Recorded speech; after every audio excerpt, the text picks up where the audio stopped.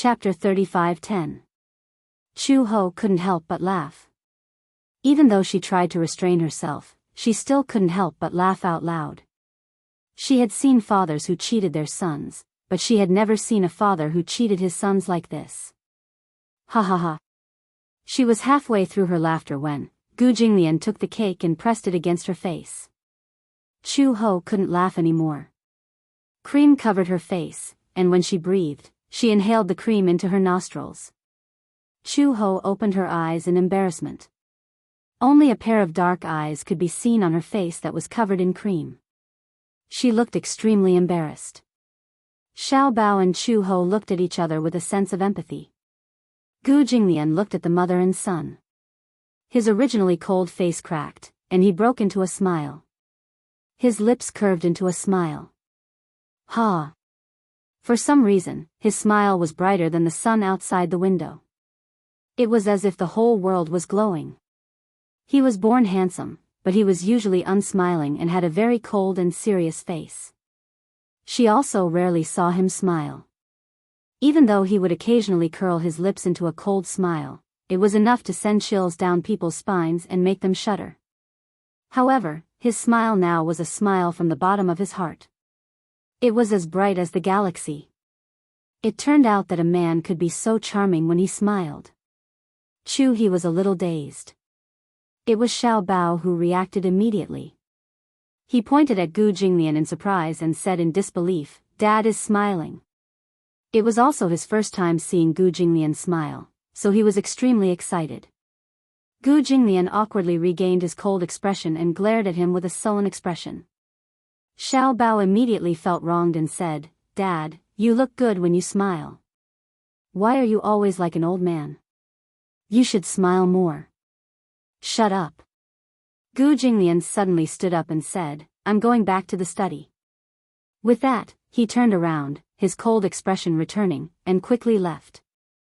Chu Ho and Xiao Bao looked at each other and smiled tacitly. "You naughty brat." Chu Ho lovingly scratched the bridge of his nose. Xiao Bao was about to throw himself into her arms. "Don't come over." Her alarm bells rang, but before she could dodge, Xiao Bao had already thrown himself into her arms and rubbed the cake on her face all over him. Xiao Bao. When the children saw this, they were also infected by the warm and happy atmosphere and laughed. In the afternoon, the children were tired from playing and settled down a lot. At 4:00, parents came to take their children home one after another. Even when it was time to go home, many children were still reluctant to leave. They stood at the door and reluctantly said goodbye to Xiao Bao, obviously reluctant to leave. Many children saw their parents and excitedly described the interesting things that happened that day to them. At 6:00 in the evening, all the children except Shang were taken home. Shang was tired from playing and fell asleep in the guest room while hugging Xiao Bao's big bear. However, gradually, Shang's mother still didn't appear until night fell. Chu Ho couldn't help but worry. She called Shang's mother several times, but her phone was turned off. When Shang woke up and saw that her mother still hadn't appeared to pick her up, she was a little unhappy. Although she also liked Xiao Bao's house very much and wanted to play for a while more, her mother still hadn't appeared at this late hour, so she couldn't help but feel a little helpless. When Chu Ho walked into the guest room, Shang went up to her worriedly and asked nervously, "Did you get through to Mom's phone?" "No." Chapter 35:11. Chu Ho explained, "It's turned off. Maybe it's out of battery." "What's going on? Why is it turned off?" Shang felt wronged and said, "Did Mommy forget about me?" Chu Ho smiled and comforted her, "How can that be? Don't think too much. Maybe your mommy got off work late, or maybe she was stuck in a traffic jam." Shang pouted and looked very wronged. She looked like an abandoned stray dog, her eyes red. Xiao Bao walked over and said to Shang, "Don't worry. If your mommy really forgot about you, you can stay at my house tonight. We can sleep together." Why else would they say that children's words carried no harm? With Xiao Bao's EQ and IQ, it was really difficult for him to comfort a girl. It would have been better if he hadn't said that. Now that he said that, Xianxia really thought that she had been abandoned. Her eyes, which were originally red, were forced to cry. Boo-hoo. Xianxia wants to go home. Xianxia said as she walked towards the door. Chu Ho glared at Xiao Bao in disappointment and poked his head. Do you know how to coax girls? Xiao Bao was speechless. Chu Ho said, you'll only scare Xianxia if you say that. The child was so young. If Xianxia's mommy didn't come to pick her up, the child would only think that her mommy didn't want her anymore. She wouldn't think of anything else. After all, a child's thoughts were simple and more intuitive. Mommy, Xianxia ran to the door and stood there, craning her neck to look around. However, the door was cold and cheerless. She looked around for a long time, but it was still in vain. Did mommy really not want her anymore? Xianxia sniffled with tears in her eyes. Her two little hands were intertwined, looking extremely worried. Chu Ho saw her standing at the door with an anxious expression. He walked over, squatted beside her, and hugged her thin body. Xianxia, don't worry. Maybe your mommy has something to do and is late. Boo-hoo, if it's really too late, sleep with Xiao Bao tonight, okay? How is it possible that my mother didn't come to pick me up so late? Jean fiddled with her fingers and said pitifully, does mommy not want Jean anymore after you have a baby? Baby? Yes. Only then did Xianxia tell him about her worries in full detail.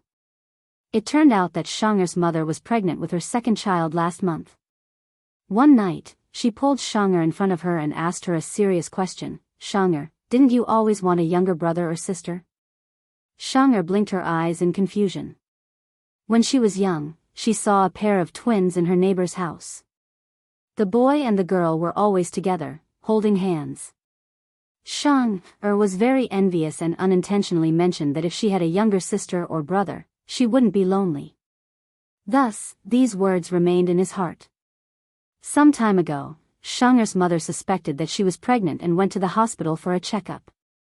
When she found out that she was more than 2 months pregnant, the whole family was very happy. When Xianxia heard that her mother was pregnant with a Xiao Bao baby in her stomach, she was very happy. She said, sure. Of course. If I have a younger brother or sister, Xianxia will definitely take good care of them. However, when she went to school and told the other children about it, she received a lot of complaints. I hate my younger brother the most. Chapter 35:12. Xiao Bao, tears welled up in Xianxia's eyes. She placed her little hand on the glass of the window and her eyes were misty. She kept hitting the window and said anxiously, let me out of the car. Let me out of the car. Her aunt looked at her and followed her gaze to the back of the car. She saw a little boy chasing after the car. She asked, Xianxia, who is this? It's Xiao Bao. It's Xiao Bao. Xianxia kept crying and throwing tantrums. Stop the car. Stop the car. Gradually, Xiao Bao's figure disappeared from her sight. Xianxia watched as Xiao Bao disappeared from her sight. Her eyes widened and tears kept flowing down her cheeks. Xiao Bao watched as the car slowly left. He had used up all his energy, but his body was gradually losing strength. His body was on the verge of collapsing and he fell limp to the ground. Xianxia. Xianxia, Xiao Bao clenched his little fists and said helplessly, don't go. Ever since Xianxia left, Xiao Bao had been completely depressed. Even his appetite was not that good. He was depressed in school. When he got home, he would casually eat a few mouthfuls of rice and then run upstairs. He only knew how to lock himself in his room, depressed and lifeless. Chu Ho knew that he was in a bad mood because Xianxia had transferred schools. However, as an elder, he did not know how to show his concern, so he just let him be. He was afraid that his depression would not dissipate anytime soon. He could only hope that he would accept this fact after a long time. Gu Jinglian, on the other hand, did not know what to do with this child. He heard from Uncle Fu that Xiao Bao had been depressed since Xianxia transferred schools, but he did not say anything. Uncle Fu said, Xiao Bao is so young. I didn't expect him to have his first awakening of love. I feel that he likes Xianxia a little. Now that Xianxia is gone, he must be lonely. How could such a young child know anything about love? Gu Jinglian was speechless. I thought he had always been heartless. I didn't expect him to lock himself in his room all day over such a small matter. Uncle Fu suddenly asked cautiously, Master, are you leaving early tomorrow morning? Yes. I've heard that there are many war zones in North Africa right now. Soldiers are fighting non-stop. You must be very careful when you go there this time. Don't worry. The Gu family had a special pass. Even if they were to pass through the war zone, there would not be any mishaps. I'm not worried about those war zones. I'm just worried, when I'm not around, take good care of Xiao Bao. Don't worry about anything else. After that, Gu Jinglian said, I'm going to rest. Go and see if Xiao Bao is asleep. Yes. Uncle Fu left the room. As soon as he left, Chu Ho entered the room and saw him sitting in front of the desk, reading a pile of documents. Most of these documents were from the military headquarters in North Africa. Some of them were the prospectus of Hurricane Group and the acquisition proposal. To put it bluntly, Hurricane Group was going to compete with the Gu family for territory. However, Hurricane Group's methods this time were quite strong. Gu Jinglian originally thought that this acquisition proposal was outlined by Gong Jie. However, when he reached the end, he saw an unfamiliar name, Gong Fan. Gong Fan? He had never heard of this person. Chapter 35:13. She had been influenced by Gong Jie's deeds in Africa. It was said that when Gong Jie was carrying out a trading mission in Africa, he had encountered an armed rebel army. However, the army of hundreds of people was destroyed by Gong Jie's mercenary group in a flash. Hurricane Group controlled Mercenary Paradise. Mercenary Paradise was now the top mercenary organization in the world. Its style of doing things was vicious and merciless. The Gu family had always avoided fighting Hurricane head-on, and Hurricane also respected the Gu family's territory in North Africa. In the end, they did not expect that Hurricane would be the first to provoke them. Gong Fan? You're going to North Africa tomorrow? Chu Ho suddenly asked. Gu Jinglian came back to his senses and looked up at her. Chu Ho opened her mouth for a long time, but she could not say a word. She wanted to be concerned. At least when she went to North Africa, she had to be careful. After all, bullets did not have eyes. North Africa was a place where wars were endless. Bullets rained down and artillery fire filled the sky. How many times had she almost lost her life while carrying out missions in North Africa? However, no matter what, she felt that if she really said that, it would be too pretentious. What kind of person was Gu Jinglian? He was such a strong man, so he should be fine. She was worrying too much. Hence, Chu Ho did not say much. She hugged the blanket and lay down on the sofa. Gu Jinglian looked at her meaningfully, then suddenly retracted his gaze and looked down coldly. Early in the morning, he took a private plane and set off for North Africa. More than 20 hours later, the plane landed. Gu Jinglian took an armed car and went straight to the factory headquarters. Along the way, there was continuous artillery fire. Accompanied by the sound of gunshots, the car passed countless battle lines. On the road, by the bridge, by the river, everywhere he looked was filled with casualties. Recently, the war in North Africa has become more and more raging. The senior officer sitting next to Gu Jinglian sighed and said. He was the senior officer appointed by the Gu family in North Africa to be in charge of all the affairs of the factory in North Africa.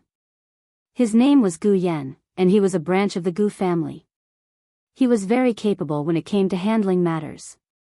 Gu Jinglian said coldly, "There is only business when there is war, isn't there?" "That's true." Gu Yan did not deny it. However, Hurricane Group's recent expansion has been very aggressive. I saw that there was a very unfamiliar name at the end of these documents. Gu Jinglian casually threw a document bag at him and suddenly asked, "Who is Gong Fan?" "Gong Fan, I've never heard of this name." Gu Jinglian turned around and raised an eyebrow coldly. This person doesn't seem to be in charge of North Africa.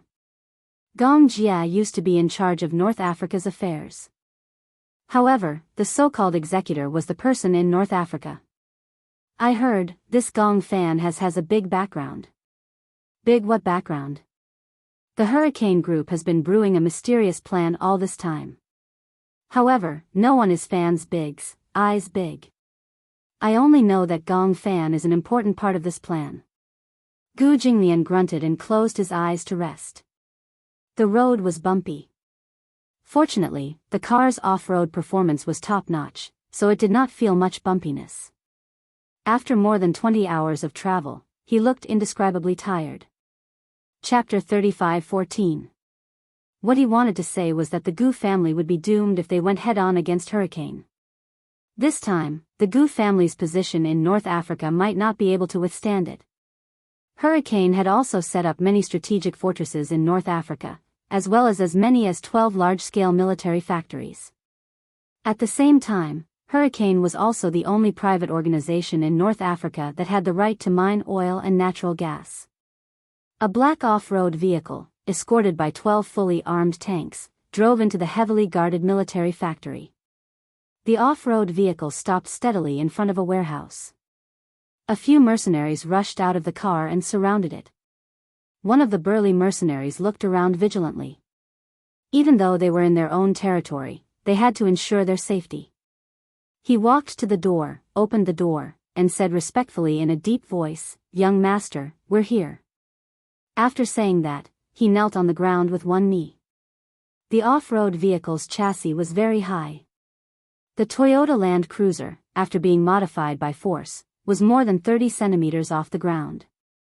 Beside the door, a young man in a black cloak held the door frame and stepped on the mercenary's back as he walked down. The mercenary slowly stood up. The young man stood up at a height of 192 meters. When the young man stood up straight, he only reached the mercenary's chest. The cloak was very large, wrapping his entire body in it. The hat was also buttoned up high, covering his entire face. The young man's entire face was buried in the shadows. His facial features and divine appearance could not be seen clearly. One could only vaguely tell that this was probably a very young child, about 8 or 9 years old. Under the cloak, he wore a black shirt and pitch-black trousers that wrapped around his slender and beautiful legs. At the entrance of the warehouse stood a row of men in suits. These were the senior leaders of the Hurricane Group's North Africa affairs. They bowed respectfully, not daring to neglect in the slightest. "Young master." The young man in the cloak slowly walked in front of them and stood still. Then, a slightly feminine and cold voice, with a cold and indifferent tone, came out concisely and comprehensively. "Is the goods here?" "Yes. Everything is in this warehouse. We have checked them one by one. There are no incomplete goods." "Show me." "Yes." The door of the warehouse slowly opened. The cloaked youth walked in with a sullen face. As soon as he stepped in, all the lights in the warehouse lit up. The heavy shuttered door fell behind him. The young man lowered his head, raised his fair hand, and slowly grasped the brim of his hat. He brushed the hat to the back of his head, and then, a young but shockingly handsome face was suddenly exposed to the air. The face that entered everyone's line of sight had fair and flawless skin, and a pair of deep eyes that were like deep ancient wells. If one stared at them, it was as if one's soul would be sucked dry. However, calling it an ancient well didn't seem too appropriate. His eyes were like a bottomless abyss at the bottom of the sea. His thick eyelashes were like the feathers of a black phoenix, overlapping layer upon layer, making his eyeliner look very thick. The bridge of her nose was high, and her lips were like cherry blossoms, tender and red. When she spoke, her mouth opened and closed, revealing her shell-like teeth. He was clearly such a handsome child, but his every move was as mature as an adult man's. He could be said to be mature, but at the same time, he could not be considered mature. He was definitely a mature child. Chapter 35:15. Gong Fan. This was definitely a strange yet familiar name to these higher-ups. It was unfamiliar because they had never heard of this child named Gong Fan before. There were only a few people in the Gong family, and Gong Fan was not one of them. However, overnight, Gong Xiaoying announced to everyone that Gong Fan was officially appointed as the person in charge of the Daoist project. Gong Xiaoying did not say much about this child's identity and origin. He only said that this was the future heir of the Gong family and the successor to his position. He was also the future owner of the Hurricane Group. It was said that this child was only 12 years old. However, everyone who had seen him in person felt that the age of 12 was somewhat exaggerated. This child looked only 8 or 9 years old. What was even more shocking was this child's methods and ability, as well as his outstanding talent in the field of arms and business, were absolutely unprecedented. After he was appointed as the person in charge of the Daoist project, he began to prepare a series of research and development processes. Everyone knew very well what the Daoist project meant to the Hurricane Group. If the plan succeeded, the Hurricane Group would become the world's undisputed overlord. Purchasing a few pieces of golden land in North Africa for research and investing hundreds of millions of US dollars as an experimental base was one of them. Nearly $1 billion worth of equipment were divided into batches and transported to the North African site within 10 days. This was the second. Kicking out more than a dozen people in charge of the North African market who were sitting on empty salaries from the Hurricane Group was the third. However, within a month, Gong Fan's name was enough to make many people fearful. Now, he actually wanted to compete with the Gu family for territory in North Africa. It really shocked many people. One had to know that the Gu family's dominance in the North African market was absolutely extraordinary. He was just a child, yet he dared to go against the Gu family. It was unknown if he was a newborn calf that was not afraid of tigers. He actually dared to be so arrogant.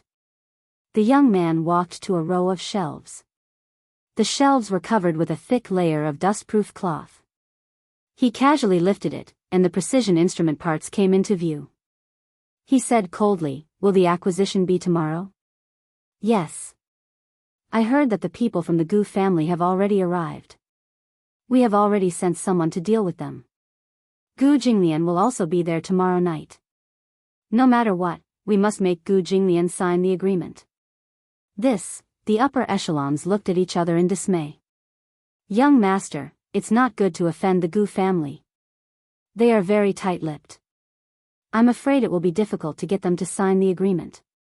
"Yeah, Gu Jinglian is a ruthless character. After all, they have dominated the North African market for many years.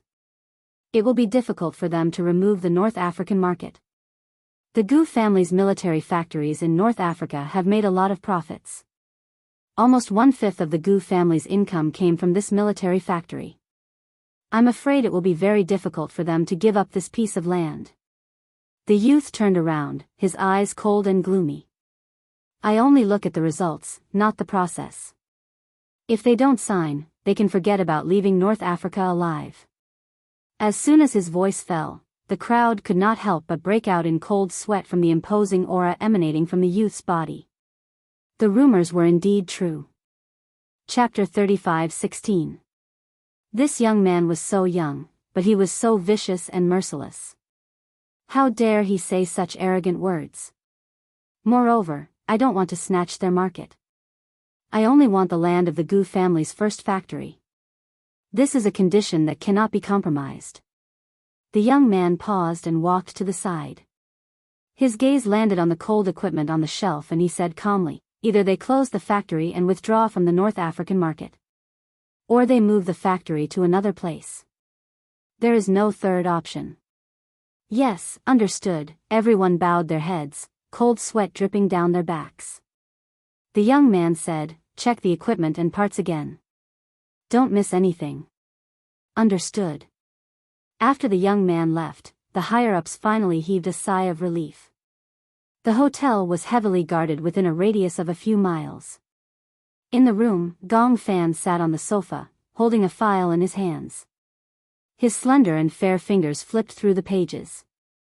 His eyes scanned through 10 lines at a glance.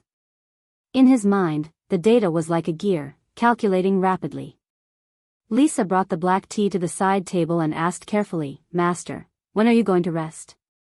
Shu Gongfan put a finger to his lips, indicating for her to keep quiet. Lisa understood and immediately retreated to the side. She walked to the side and hung his coat in the wardrobe. Suddenly, she heard a cough.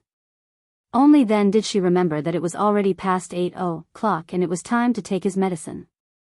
Thus, she took the medicine box from the wardrobe and arranged the medicine that he should take one by one. She placed them on a small tray, poured some purified water, and handed it to him. "Master, it's time to take your medicine." Gong Fan looked up. A trace of fatigue appeared on his slightly pale face. His gaze was fixed on the colorful pills, and his brows furrowed slightly. Lisa immediately took out the candied fruits from her bag, opened the lid, shook a few out and handed them to him. Only then did Gong Fan take the pills and put them into his mouth. He swallowed them with the purified water and immediately ate a few candied fruits. He was afraid of bitterness.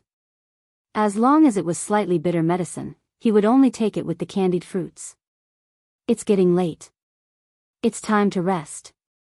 Gong Fan nodded, put the file aside, and slowly stood up. When he passed by the balcony, he looked out through the floor-to-ceiling window. He could vaguely see flames and smoke thousands of meters away. The hotel was only a few thousand meters away from the battlefield. However, this was the headquarters of the Hurricane Group. Most of the Chinese factories were located here. Separated by a bridge, a boundary of peace and war was formed. The war in North Africa had reached its climax. At the same time, the sales of weapons continued to increase along with the war. This meant that the North African market had become the focus of Hurricane Group. Gong Fan suddenly pushed open the door and walked to the balcony. The night breeze blew against his face and woke him up a little.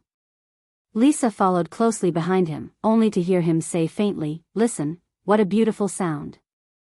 Gong Fan closed his eyes and listened to the sound of gunfire coming from not far away. His thin lips curved slightly and his handsome eyebrows raised slightly. Just a few months ago, Gong Xiaoying announced that Gong Fan would be the person in charge of the Heaven's Eye project. Everyone was unfamiliar with this name that had suddenly appeared out of nowhere. Especially Gong Jia. He did not know who this successor, who had appeared out of nowhere, was. Chapter 35:17. This name was almost the top secret of the Hurricane Group. No one could find out about it. They only knew that this name represented the highest authority. Gong Jia was the chief commander of the Hurricane Group. Before this, other than Gong Xiaoying, everyone obeyed his orders. However, Gong Fan's appearance broke this monopoly. Although Gong Jia was still the chief commander on the surface, the situation in the Hurricane Group had suddenly changed. Gong Fan, a name that had never been heard of before, had almost become the person with the highest authority. And Gong Jia did not expect that this child called Gong Fan was Yu. War, since ancient times, has always been an unsolvable proposition. Gong Fan opened his eyes slightly, and a cold voice slowly came out from his thin lips. Gong Jia actually wanted to use the Sky Eye plan to achieve the goal of peace. Utterly stupid. Lisa frowned, but a strange expression appeared on her face.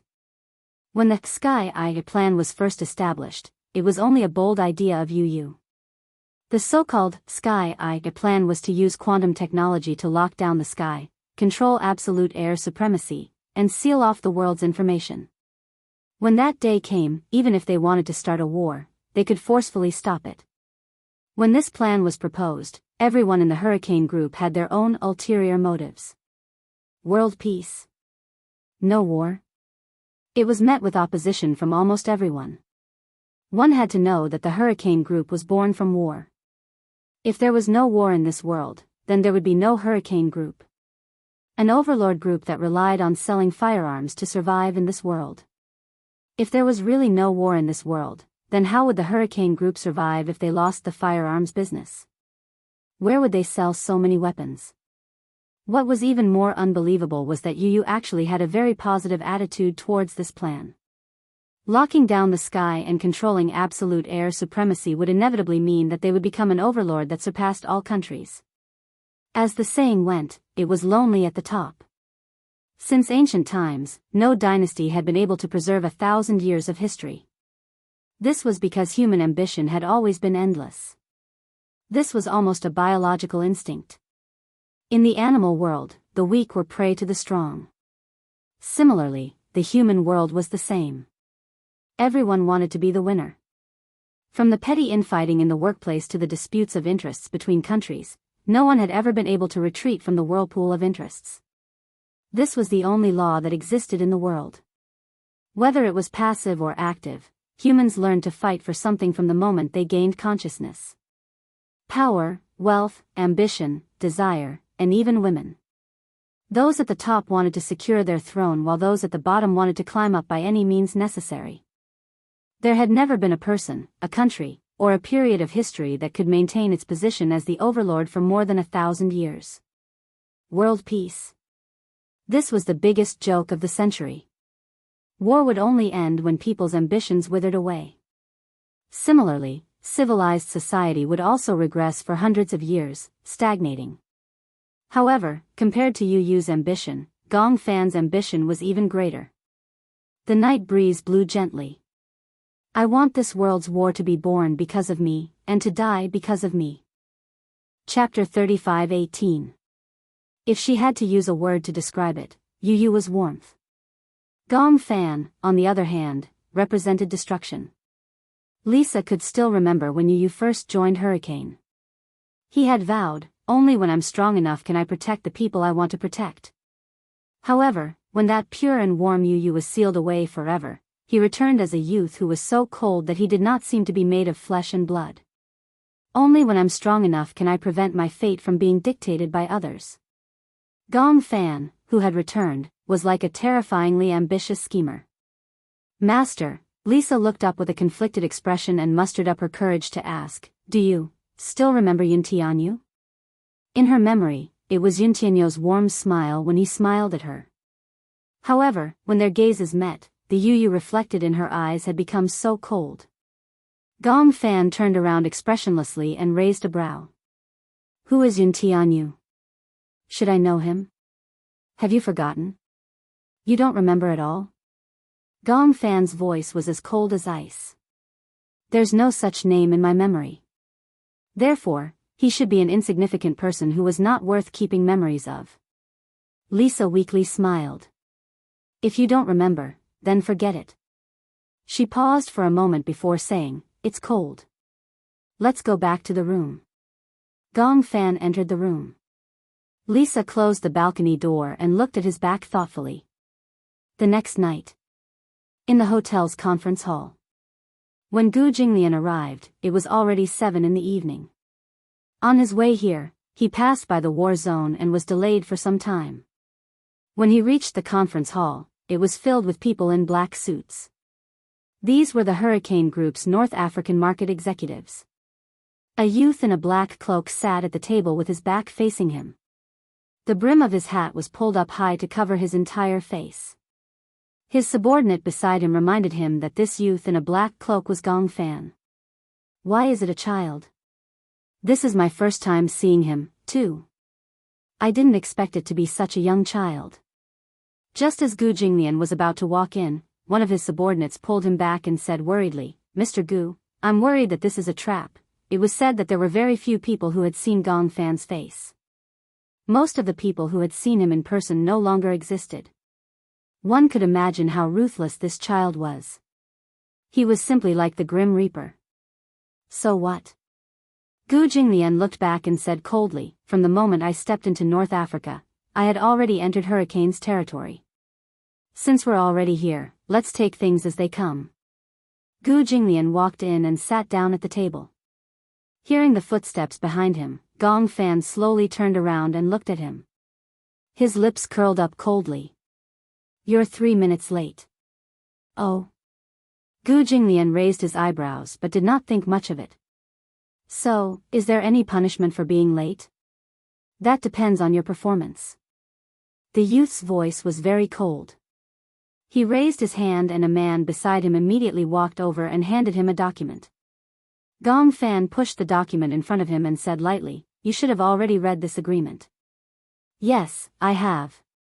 Gu Jinglian's gaze fell on the document and he laughed mockingly. So, you invited me here not to negotiate with me at all, but to let me sign my name directly. Chapter 35:19. Oh. Then, what if I don't sign it? Gu Jinglian suddenly pushed the document away. His expression was equally cold. The young man looked up slightly. Under the cloak, his face was buried in the shadows, and it was impossible to see his face clearly. The entire conference hall was dominated by the people from the Hurricane Group. However, even so, Gu Jinglian still looked calm and composed. He sat at the table calmly, facing Gong Fan. Invisibly, the auras of the two people fiercely clashed several times. They were actually evenly matched. Lisa, who was standing behind Gong Fan, looked at Gu Jinglian. She actually felt that this man had the same temperament as Gong Fan. Cold and icy.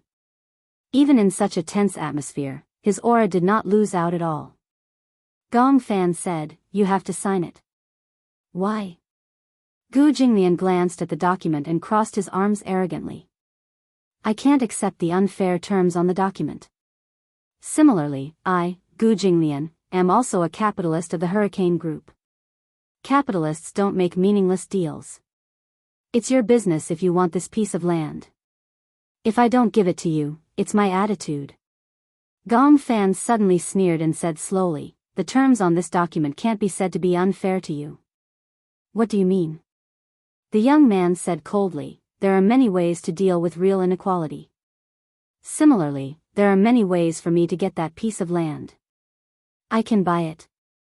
Similarly. Pausing, his upper body slightly leaned forward. Beneath his cloak, a pair of deep eyes stared at him without blinking. He enunciated each word clearly. I can also raise your military factory to the ground in a single night. At most, I'll blow up this piece of land into ruins and rebuild it. Ha! Gu Jinglian frowned and narrowed his eyes. However, the corners of his lips curled into a mocking smile and he let out a contemptuous sneer. Are you threatening me? That depends on what you think. You can't threaten me with just you. Gu Jinglian mocked, the Hurricane Group is so powerful. Why would they go against the Gu family? There are so many pieces of land in North Africa, and you picked the one in my hands? Cut the crap. A man beside Gong Fan slammed the table and angrily pointed at Gu Jinglian, saying, you have to sign today whether you want to or not. Otherwise, don't even think about leaving. Before he could finish his sentence, Gu Jinglian gave him an impatient look. The mercenaries behind him immediately stepped forward, took out their guns, and aimed between the man's eyebrows. With a bang, they fired. In less than a minute, the arrogant and overbearing man had already fallen to the ground, turning into an ice-cold corpse. Fresh blood continued to seep onto the ground, dyeing it red. The man's eyes were wide open. Even in death, he maintained an angry expression. Gu Jinglian said coldly, no one has the right to interrupt me when I'm speaking. Gong Fan glanced sideways dangerously and frowned slightly. Behind him, the mercenaries of the Hurricane Group immediately raised their pistols and aimed accurately between Gu Jinglian's eyebrows. The mercenaries behind Gu Jinglian immediately raised their hands and aimed their submachine guns at Gong Fan. In an instant, the two sides faced each other with swords drawn.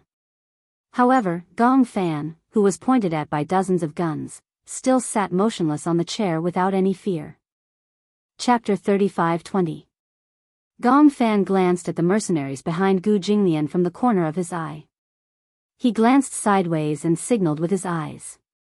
Lisa, who was behind him, immediately understood. Facing so many mercenaries from the Gu family, she walked calmly to the mercenary who had shot Gong Fan's subordinate. She grabbed his throat and twisted it tightly with her knuckles. That mercenary couldn't help but smile mockingly. The person standing in front of him and strangling his throat was only a girl of about 10 years old. She had such a small figure, especially her hands, which were small and thin. Did she think that she could break his throat? What kind of joke was this? However, before a mocking laugh could come out of his throat, Lisa's fingertips were filled with strength. She suddenly released her grip and the mercenary's throat was broken. A crisp, crack sound was heard. It was extremely crisp and clean. In the next second, the mercenary didn't even have time to resist. His body fell down and leaned against the wall weakly. He twitched violently and stopped moving. She killed without spilling blood. With just one hand, she ended the life of an adult mercenary. A little girl under Gong Fan actually had such terrifying combat power. In an instant, everyone was even more vigilant. However, they saw Lisa return behind the youth. She lowered her eyes and the hostility on her face gradually faded. She was like a killing machine, ready to be ordered at any time. And the only master in her eyes was the silent youth sitting in his seat. Gu Jinglian narrowed his eyes slightly. However, he heard Gong Fan's low voice slowly ring out. Gu Jinglian, you and I are both capitalists. Since we are capitalists, we will never do a business that is at a loss. In other words, you hurt my subordinate's life. Naturally, you have to use your subordinate's life in exchange. When Gu Jinglian heard this, he was slightly stunned. Then, his lips curled up into a smile. You are so young, but you are so arrogant. Such ruthless methods are really not simple. However, Gong Fan sneered. You dare to go against me. You are not simple either. His arrogant tone didn't give in at all. The two of them sat opposite each other. Their auras clashed, but for a moment, it was hard to tell who was superior. Although the scene was deathly silent, the shadows of swords and sabers could be seen everywhere. Gu Jinglian was the first to break the silence. Since I dared to come here, I have some confidence. This hotel has long been surrounded by the Hurricane Group's people. I'm afraid it'll be difficult for me to leave. Gong Fan remained silent. Gu Jinglian continued, Hurricane Group wants to buy the land in my hands for nothing more than to develop the Heavenly Eye project. If this land is used as a test site, with its unique electric energy field, it is indeed the best choice. However, I will not sign this agreement. Of course, I don't have to worry about you raising my factory to the ground. Gong Fan raised his eyebrows but did not think much of it. Oh. How do you know? Gu Jinglian inched closer to him and gave him a devilish smile. He enunciated each word clearly. Because there are thousands of fuses buried under this ground. Once one is touched, it will instantly detonate the explosives buried underground. When that happens, it will be like dominoes.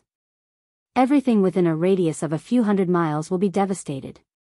After a pause, he said meaningfully, you can try blowing one up. Gong Fan's usually cold and dead face finally revealed a slightly stunned expression. He didn't expect Gu Jinglian to be so generous as to bury so many explosives underground. Chapter 35-21.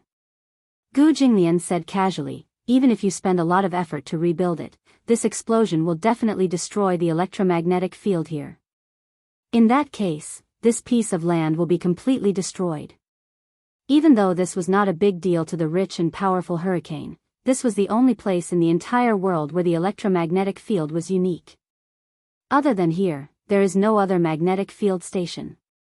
Gong Fan narrowed his dark eyes slightly, and his body overflowed with hostility. The air seemed to freeze because of this, and it was suffocating. How much explosives did you bury? Gu Jinglian smiled leisurely. It's enough to blow up an entire Atlanta island. Impossible. The power of explosives alone would never produce such a strong explosive force.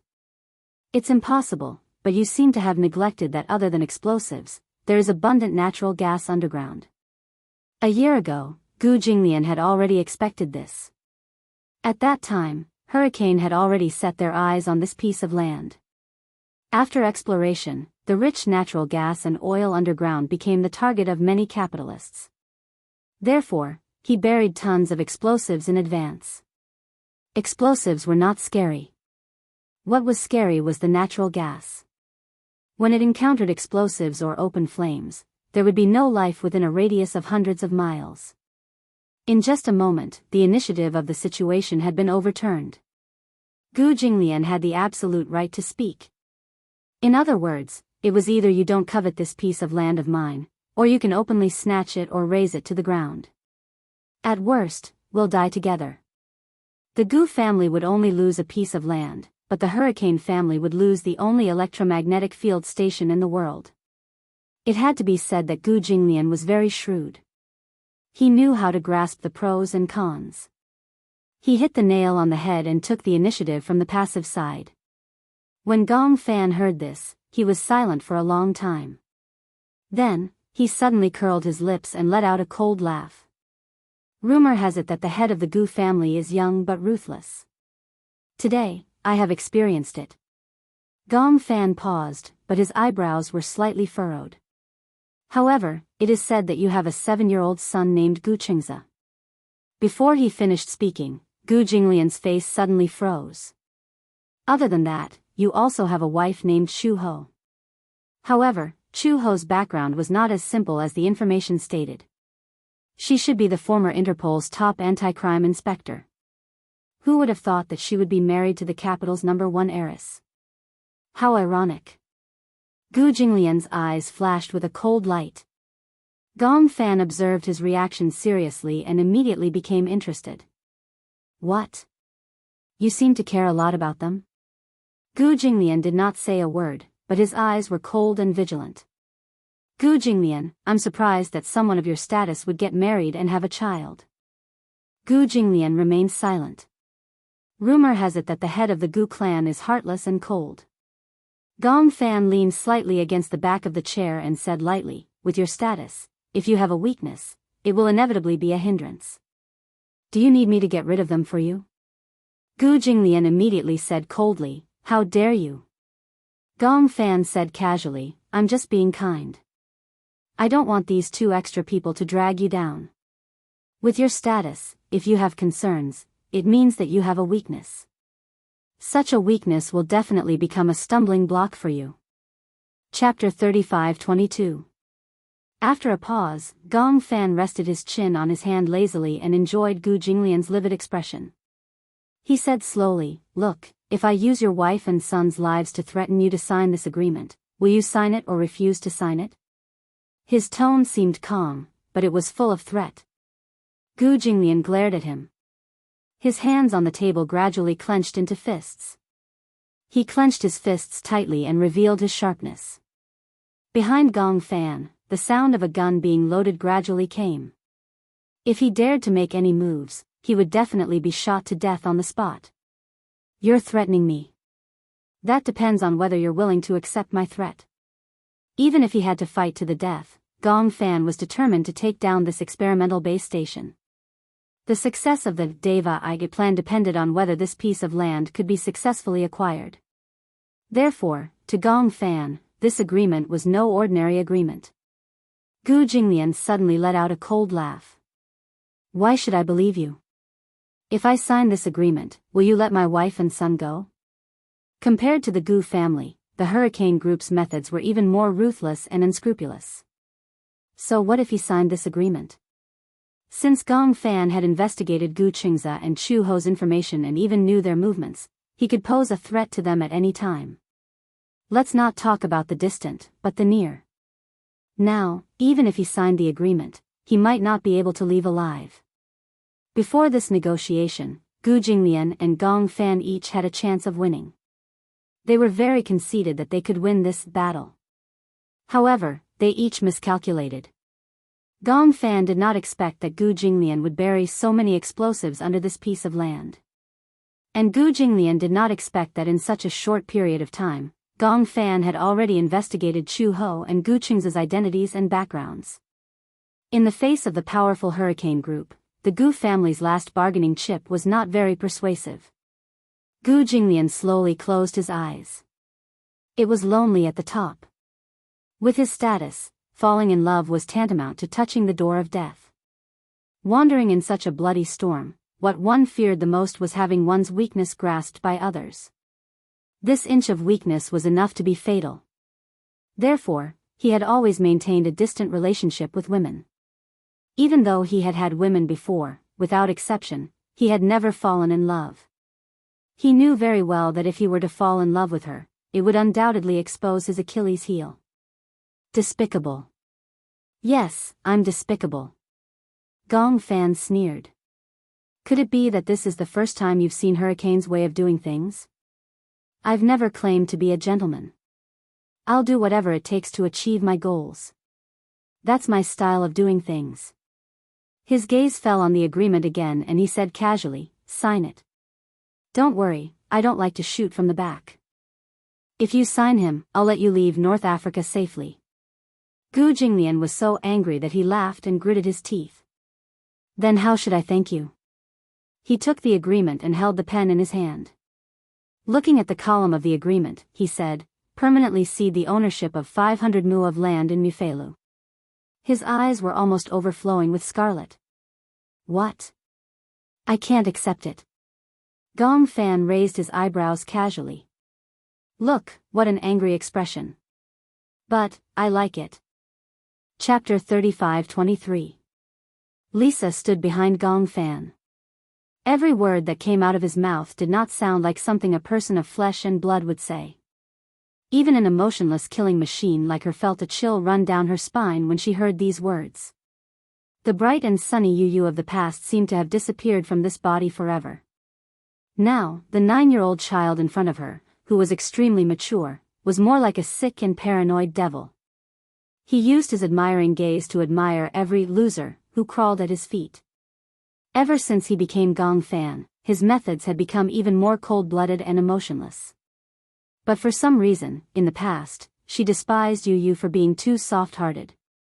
He always had that innocent and romantic look, pure and harmless.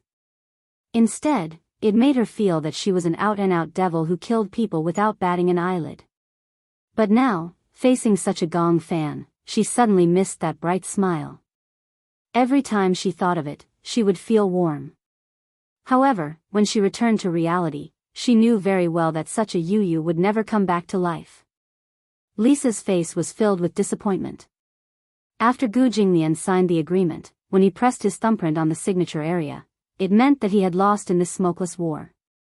He had actually lost to this child. He was indignant, very indignant. He had lost completely. Ever since he became the head of the Gu family, no one had ever made him suffer a loss. He had always been a high-spirited man.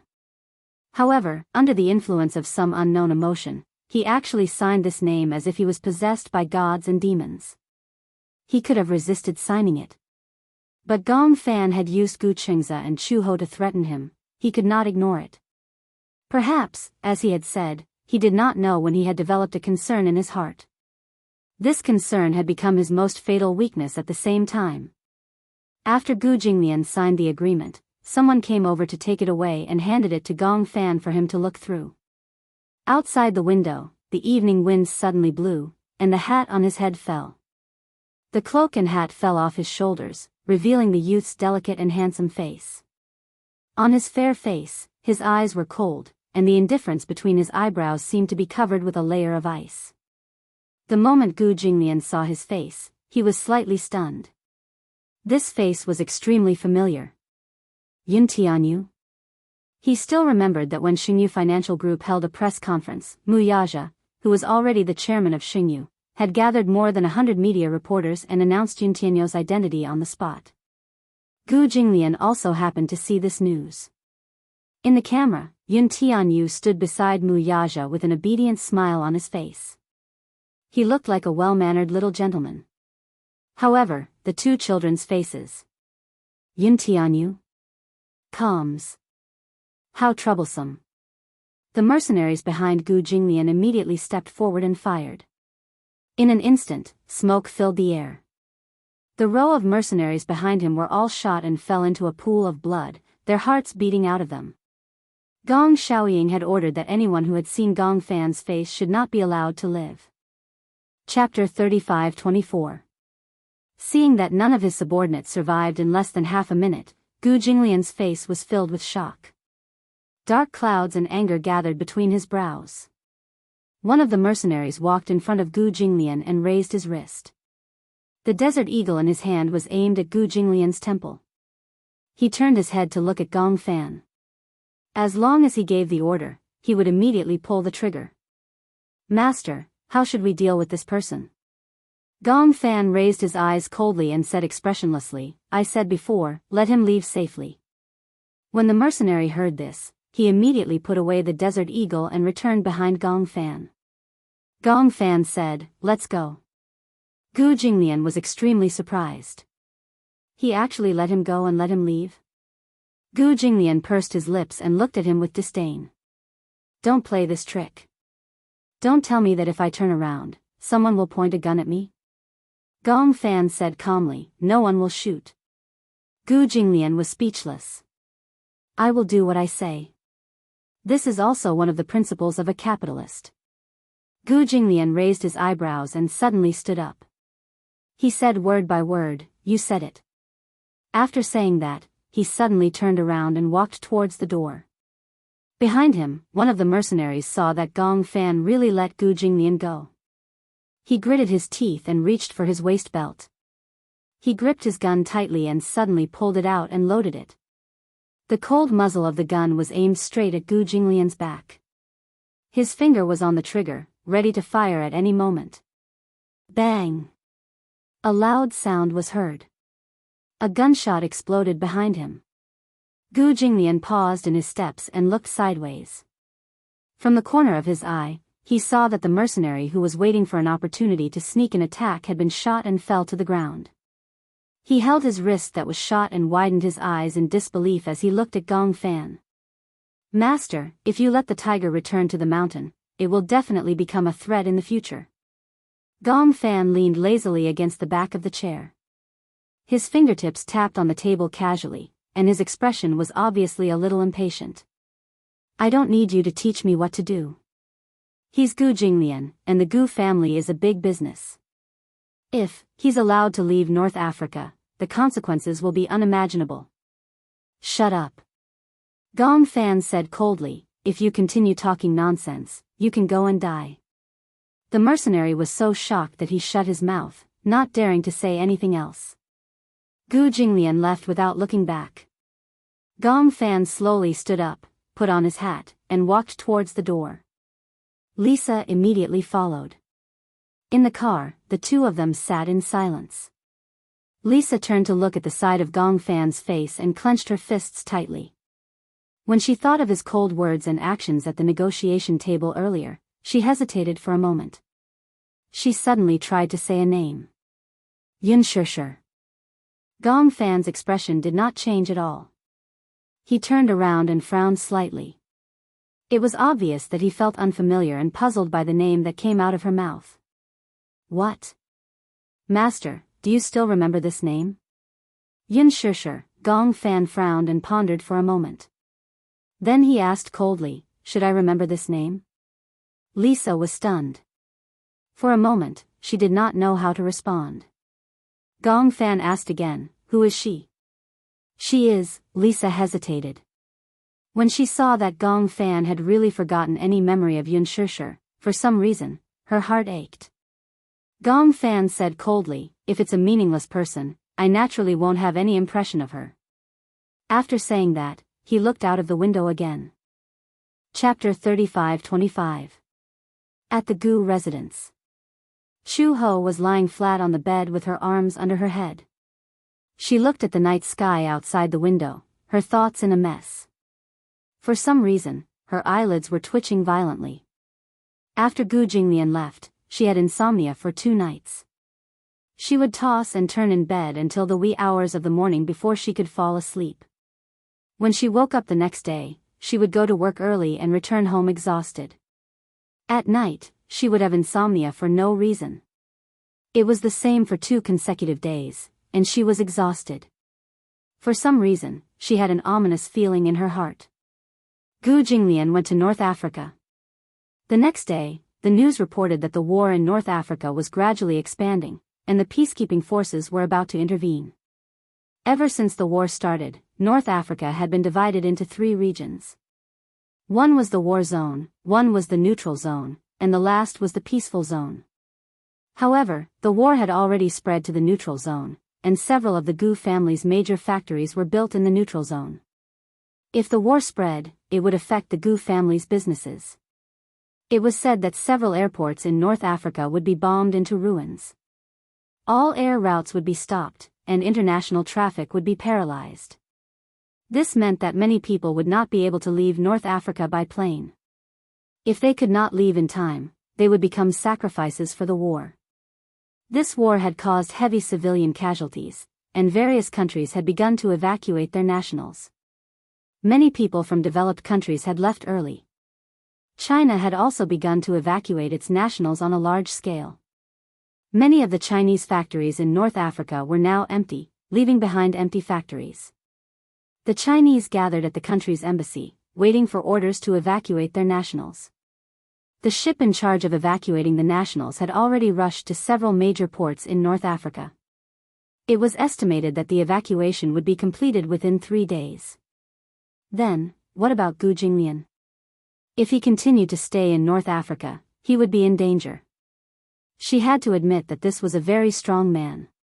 Even the most powerful mercenaries were no match for him. However, it was the era of firearms. No matter how strong one's body was, it would be difficult to withstand cannons and bullets. Chu Ho asked Uncle Fu about Gu Jinglian, but Uncle Fu replied that communications were cut off and they could not contact the person in charge of the factory. There was no news. This meant that Gu Jinglian's life was in danger. Chu Ho did not feel good about it.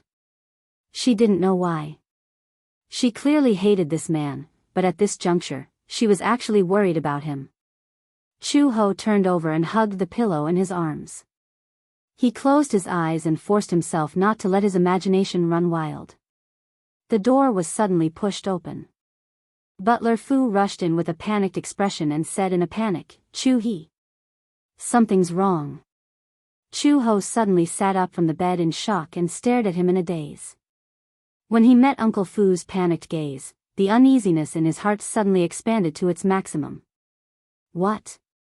"I've received news that the Gu family's business in North Africa has been taken over by hurricane. All the employees who stayed behind in the factory have been expelled. He even said that the mercenaries who followed Master are all gone." "It's gone?"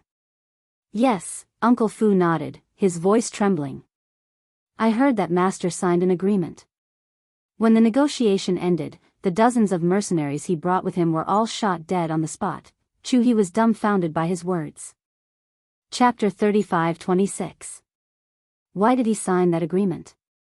Chu Ho was a little confused. "Gu Jinglian mentioned this to me. He said that he would not give up this business to Hurricane no matter what." "Why did he sign the agreement?" Uncle Fu's face twitched violently. He clenched his fists and said with some difficulty, "My men told me that Hurricane is using Xiao Bao and you as a hostage. If you don't sign the agreement, I'm afraid that it will be disadvantageous to you." "Old Master. Old Master might be worried about you, so." When Chu Ho heard this, he was stunned. The corners of his lips twitched, but he still didn't believe it. "That's impossible. Gu Jinglian is such an arrogant person. How could he give up such a big business for Xiao Bao and me?" Uncle Fu sighed and said, "Chu Ho, you might not be able to do it, but the onlooker sees more clearly. In Old Master's eyes, you are different from others. Maybe you think that Old Master is arrogant, but from what I see, ever since Xiao Bao came to the Gu family, Old Master has changed a lot." Chu Ho was speechless for a moment. Even though Old Master might not be like other fathers, and he might not be as gentle or patient, but he cares a lot about anything that threatens Xiao Bao. Old Master is not good with words, but that doesn't mean that I'm not a good father. Uncle Fu continued, "Old Master cares a lot about Xiao Bao. That was why he forced you to sign that agreement and threatened you to give up Xiao Bao's custody. If you were determined not to sign it, Old Master could have forced you to give in. However, he took into consideration the feelings between you and Xiao Bao, so he allowed you to stay in the Gu family. He even got a marriage certificate with you. Maybe it's hard for you to believe that a man like Old Master would fall in love with any woman. But from what I see, he really treats you differently. Maybe you are really special to him." With Old Master's temperament, he was destined not to be like other people, falling in love to the point of death. However, a person like him would never allow anyone to threaten his family. Chu Ho's lips suddenly trembled. She suddenly stood up, but her expression was surprisingly calm. Uncle Fu, were all the airports in North Africa destroyed? Are you going to North Africa to find him? Answer my question first. Uncle Fu was stunned. He immediately nodded and said, yes, then, how can we get to North Africa? You can use a freighter, Uncle Fu said. The Gu family has a batch of firearms that are about to be shipped to North Africa, but it's a single flight. There's no return flight. Solo flight? Yes, it's very difficult to enter and leave North Africa now. The situation is tense. This cargo ship was sent by the North African military, so it's only a single route. When are we leaving? Uncle Fu finally couldn't take it anymore. Chu Ho, don't take the risk. Tonight or tomorrow night? Today. Today, tonight, Chu Ho raised her eyebrows in understanding and said, help me pack my luggage. I'm leaving tonight. Uncle Fu was shocked. Are you crazy? It's too risky for you to go to North Africa now. Chu Ho said firmly, I want to bring him back. No. It's too risky. Chu Ho, don't be too rash. Chapter 35-27. Uncle Fu wanted to say something, but Chu Ho suddenly turned around and grabbed him by the collar. She said word by word, Uncle Fu, let me tell you. Although I may not be Gu Jinglian's match in terms of fighting skills, I've been through a lot. But in terms of experience, I once crossed the battlefront alone and safely brought a hostage out of the center of the war. I was also chased by the enemy when I was on a mission. I was seriously injured, but I still managed to pass through the rainforest. Before I joined Interpol, I also joined the peacekeeping force. I'm very familiar with the terrain of North Africa. Gu Jinglian can't compare to this experience. Uncle Fu was so frightened by her hostility that he didn't say a word. Chu Ho stared at him and suddenly laughed coldly. Why? Do you think I want to take this risk? If Gu Jinglian dies in North Africa, it has nothing to do with me. But he's Xiao Bao's father. I can't sit back and do nothing when there's no news of him. How are you going to find him? Uncle Fu said, North Africa is so big, and there's war everywhere. How are you going to find him? And how are you going to bring him back? North Africa is very big, but you said that Gu Jinglian is in neutral territory. Then, at least the range is locked in. If war breaks out, then other than the asylum station, the embassy, and the Prime Minister's residence, we can eliminate them one by one. Then we can locate his location. Uncle Fu was confused, but hearing her solemn vow, he thought that she probably had the confidence to bring Gu Jinglian back safe and sound. So, he nodded reluctantly.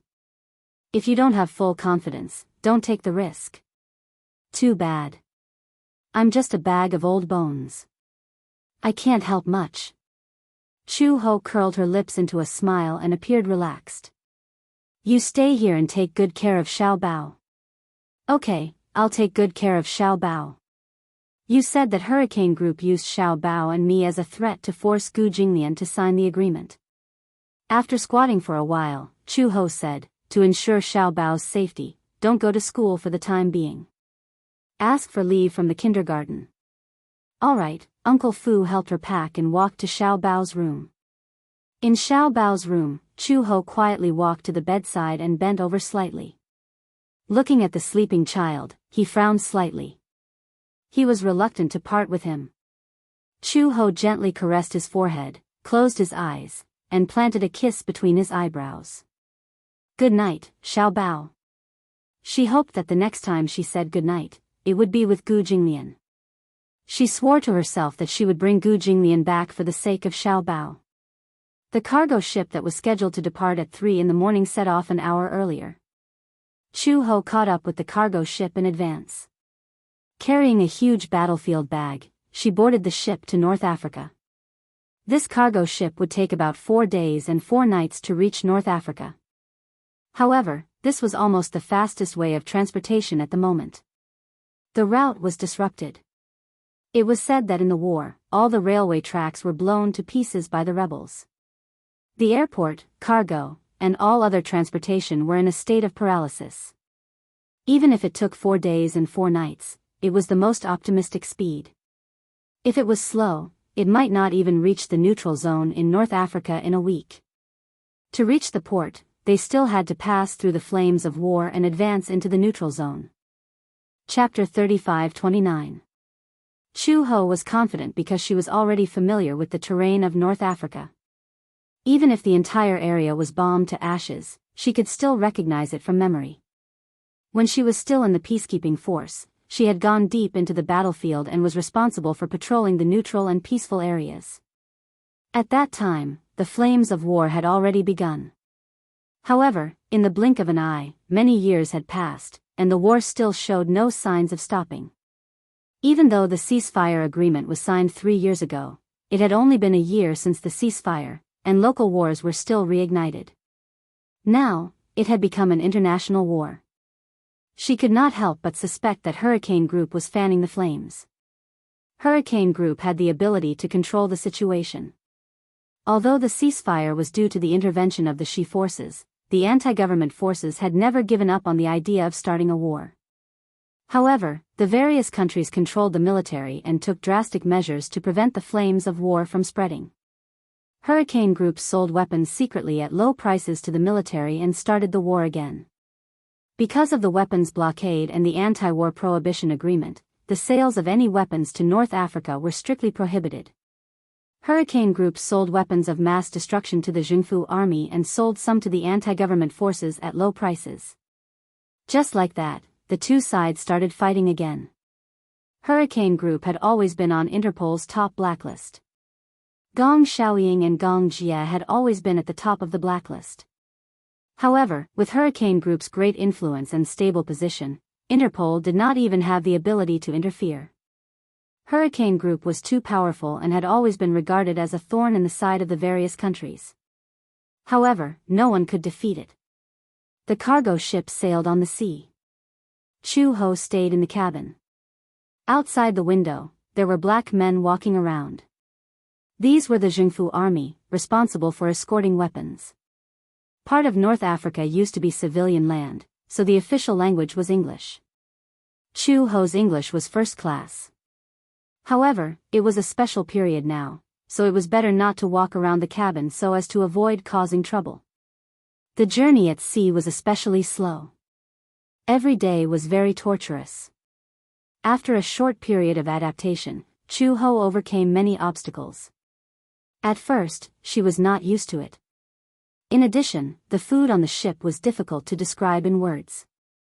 It was either potatoes or bread. It was extremely disgusting.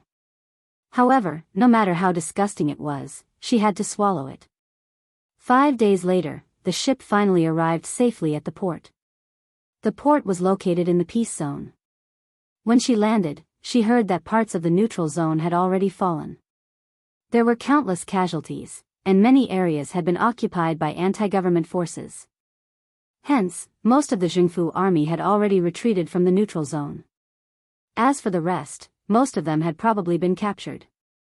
War was especially cruel. A precious life in a war was no different from a bullet. In war, humanity was obliterated incisively and vividly. Soldiers, civilians, and even children who did not know the ways of the world, without exception, could not survive. She watched helplessly as a child was run over by a tank and was badly mutilated. She saw with her own eyes a soldier holding an AK gun and shooting at a helpless civilian. Their intestines and stomachs were torn apart. She also saw all kinds of corpses lying messily on the ground on the streets and in the wasteland. They were as lowly as ants. That was why she hated war. Abhorrence. Chapter 35-30. Chu Ho hired a driver from the front line for $100, some food and water, and successfully bribed him. Because of the outbreak of war, his family had lost their source of food. They even resorted to eating tree bark and soil to survive. Before the driver sent her to the front line, he went home and gave all the food to his wife and daughter. Then, he drove her to the front line. Along the way, the driver was curious why she wanted to go to the front line with such a big bag. At this time, even the Jianghu army, including many unavoidably, could only think of ways to escape from the war zone. He found it strange to meet someone who wanted to go to the front line, so he asked curiously in broken English, "Are you a war correspondent?" "No." "Then why do you want to go to the front line?" "It's raining bullets there. There are anti-government troops and corpses everywhere. It's hell." The driver smiled and said, "But I already sent 2 batches of war correspondents to the front line this morning." In the end, one of the correspondents was shot as soon as he got out of the car. I dragged him back. Luckily, he survived. When did the war break out? The driver sighed and said helplessly, "A few days ago." Logically speaking, the neutral zone shouldn't have fallen. But because of the war between the two sides, the situation expanded. Coupled with the intervention of other countries, the neutral zone was about to fall. Now, has the neutral zone fallen? What about the personnel from the other countries? They've all evacuated. Do you know about the military factory in Worth? Worth? You're going to Worth? Yes. Worther has been shut down. All the factory workers have been dismissed. Many of the employees are locals.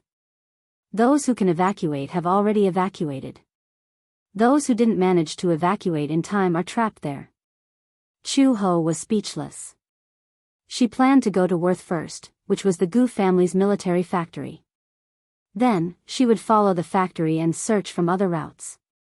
Uncle Fu was also trying to contact Gu Jinglian. Although they had lost contact, they might be able to locate him. It started to rain heavily. From Tripoli to Sirte, it took more than 4 hours to drive along the coast. The road was muddy and overgrown with weeds. It was very difficult to walk. In the evening, the heavy rain made the road even more bumpy. In addition, there were no street lights, so it was pitch black ahead. One of the car's high-beam headlights was also broken, so it was difficult to illuminate the road ahead. The chauffeur suggested, "Why don't we make do for the night and leave when the sun rises?" "Are you tired?" "I'm not tired. At night, you won't be able to see the road ahead clearly.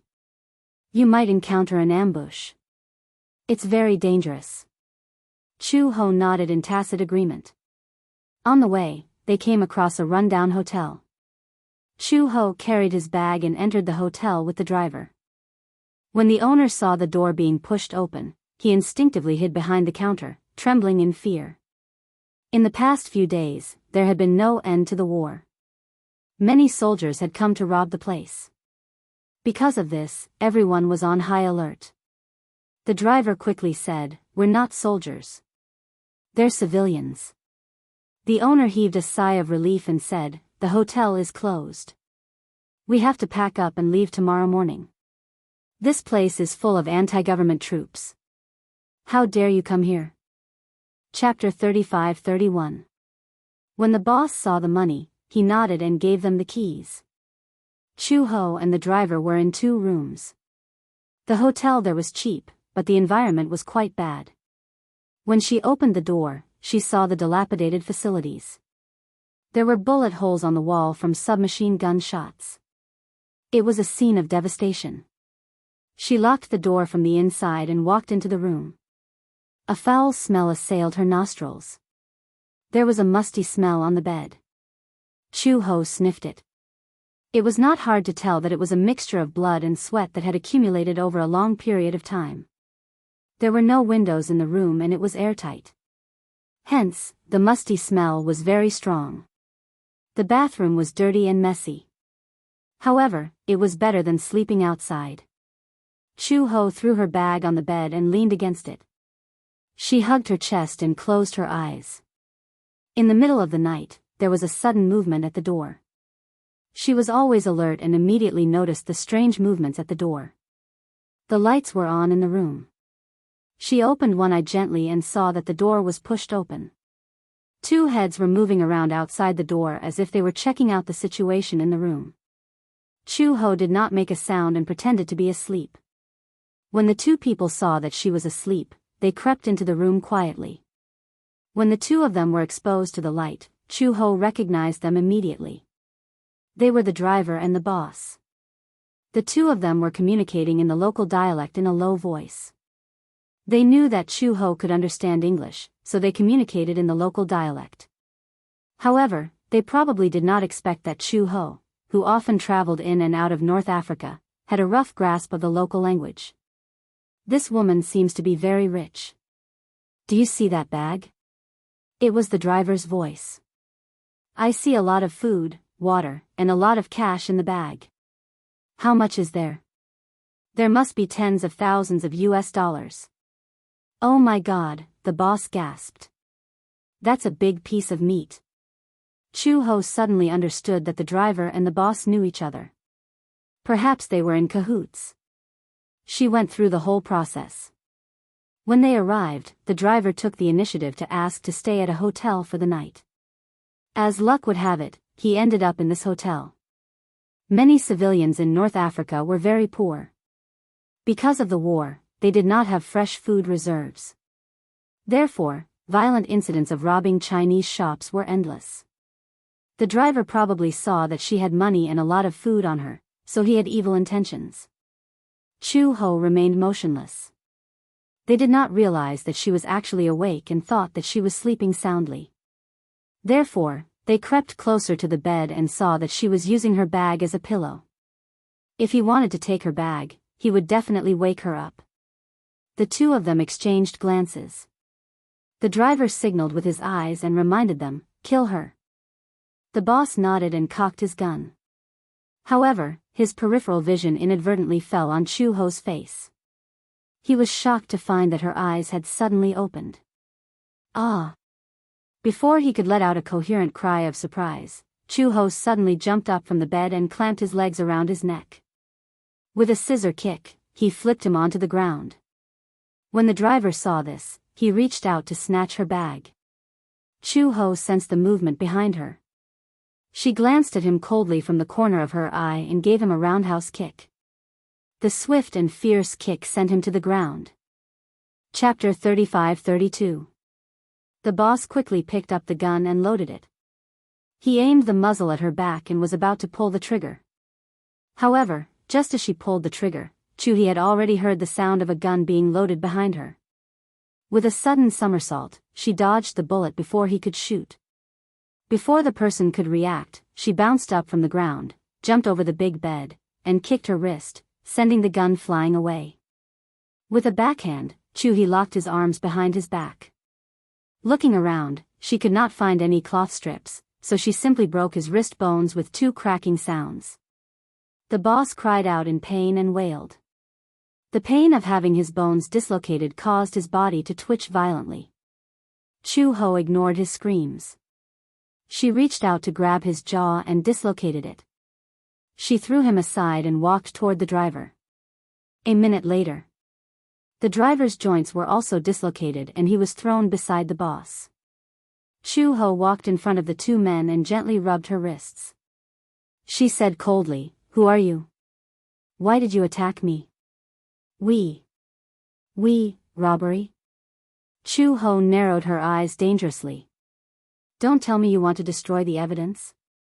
The two of them were so frightened by her terrifying gaze that they immediately fell silent, not daring to say another word. Chu Ho couldn't be bothered with them. She squatted down. However, this action scared the driver so much that he screamed. It was as if he was worried that she would kill them at any moment. "Don't worry, I won't kill you." Chu Ho fumbled for the car keys from the driver's body. Then she stood up, picked up her combat bag, and turned to leave. The two men were left looking at each other with cold sweat all over their bodies. Chu Ho walked out of the hotel and parked the car at the entrance. In the rain, she could vaguely see the flames in the distance. That was probably the neutral zone that had fallen. She turned on the compass and got into the car. She threw her bag on the front passenger seat and got into the driver's seat. She started the car and drove slowly in the direction of the flames. In the rain, the air was humid. Chu Ho took out a bottle of water from his bag and drank it in one gulp. He opened the window and casually threw the empty bottle out. At night, coupled with the heavy rain, visibility was very low, so she drove very slowly. They were surrounded by low hills and sparse weeds, but there was not a single person in sight. Along the way, she encountered 1 or 2 corpses lying in the middle of the road. For safety reasons, she was not sure if there was a ditch or a landslide on the side of the road. Therefore, for safety reasons, she did not go around the corpses and directly ran over them. After driving for tens of kilometers, they saw a checkpoint. There were many vehicles parked at the checkpoint, as well as a very large oil tanker. They could vaguely see a few livestock. Because of the outbreak of war, many gas stations were destroyed. Therefore, the checkpoint became an important supply station. The oil price here was very cheap because the oil resources were very rich. A liter of oil that cost 6 yuan in China only cost 60 yuan here. Even a few loaves of bread could be exchanged for a tank of oil. Oil was cheap here, but food, fruits, and fresh water were extremely expensive. Especially at a time like this, an apple was priceless. Chapter 35-33. The car drove all the way to the neutral zone. There were a total of 5 countries in North Africa. However, the neutral zone in the center was Bilibid. It was also the most prosperous area in North Africa. This place was away from the Sahara Desert and was the golden zone of North Africa. Therefore, it relied on oil and many mineral resources and was very developed. Throughout history, North Africa had always been protected by famine and plague. At the same time, there was also invasion and smoke. The car finally arrived at the border of Bilibid. After passing a few checkpoints, they were all passed by using food and US dollars. When they entered Bilibid, the intensity of the war was even more visible. The originally bustling street was now quiet and empty. On the side of the street, there were messy piles of items and corpses. Just more than 10 hours ago, the war had affected the central area. On the road, her car was stopped many times. Once, it was directly stopped by the rebel army. Chu Ho saw that they had tanks and missiles, so she obediently stopped and allowed them to check. Chu Ho got out of the car and first showed her China passport. Now that the country was strong, with this passport, it became a foolproof pass. As long as she showed her passport, she would not be troubled. Then, Chu Ho stepped aside and let them check the car. However, there were only some daily necessities in the bag and nothing else was found. When she entered the territory, she threw away the pistol in advance because she knew that if she encountered the rebel army, they would stop the car and search it. If they found the pistol, it would be disadvantageous to her. As for the food and cash, Chu Ho would not let them search, so she hid them in other corners of the car in advance. Perhaps it was because of racial advantage, most of the people in Bilibid were black. With the suppression of intelligence, they were obviously very stupid. Therefore, they did not find any food, so they let her go.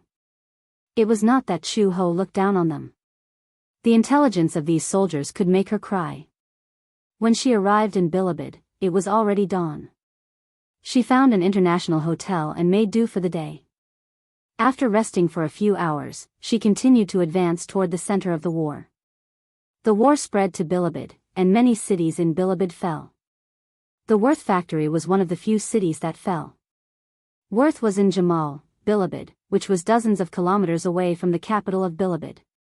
She rested well, filled up her fuel tank, and set off again until she reached the border of Jamal city. As night fell, she bypassed the checkpoint and entered the city through another gap. She was quite familiar with the terrain here, so she avoided many war zones along the way and avoided many unnecessary troubles. After entering Jamal, the entire city was shrouded in the shadow of death. Smoke filled the air as the flames of war swirled in the air. Even at night, Chu He could still see many refugees hugging their dead or injured relatives and crying in despair as she walked along the streets. Blood flowed like a river on the road. One could imagine how intense the battle was during the day. Hell on earth, city of despair. The embassy was located in the city center of Jamal, right next to the government building. Chu Ho relied on his memory to refer to the road signs and found the government building. However, he was shocked to see that the government building had been bombarded until it was on the verge of collapse. On the wall, there was a huge hole, mottled with blood, and the glass door had been bombed into pieces. There were countless casualties at the door, and there were piles of corpses that had not been cleaned up in time. Chapter 35-34. Even in the midst of war, in the fallen North Africa, whether it was the government or the rebel army, no one dared to touch the embassy. It was originally a local war. If the embassy was invaded, it would undoubtedly mean that the war had escalated to an international level. Chu Ho parked the car at the door, pushed the door open, and walked in. In the darkness, just as she pushed the door open, her combat boots stepped on a soft corpse. Then, in the pitch-black silence, she vaguely heard the sound of a gun being loaded.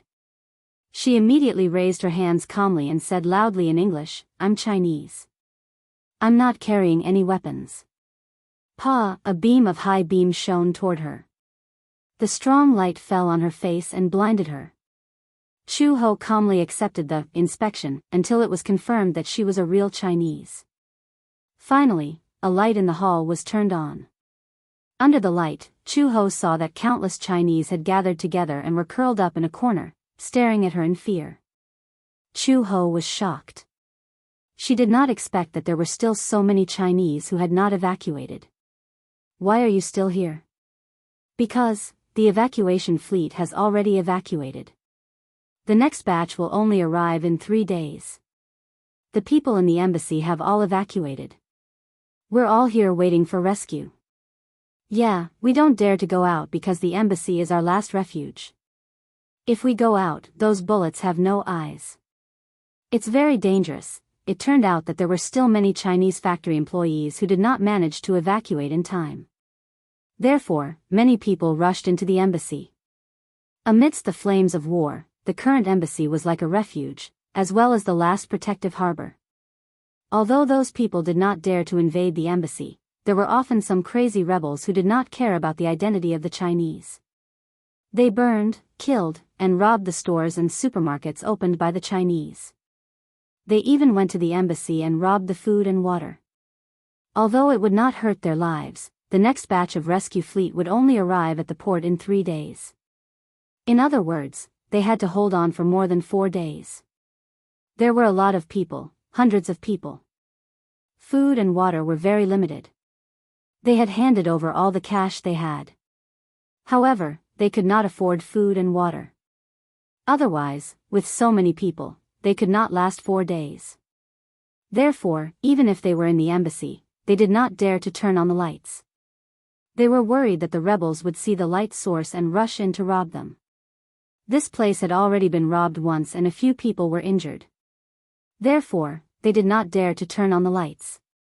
Chu Ho heard that, frowned and asked, "In other words, the country will send another ship to take care of your evacuation?" "Yes." Then, Chu Ho took a step forward and asked, "Are there any of Werther's men here?" After a long time, a man in orange uniform stood up slowly and asked in surprise, "You're looking for Werther's men?" "Yes."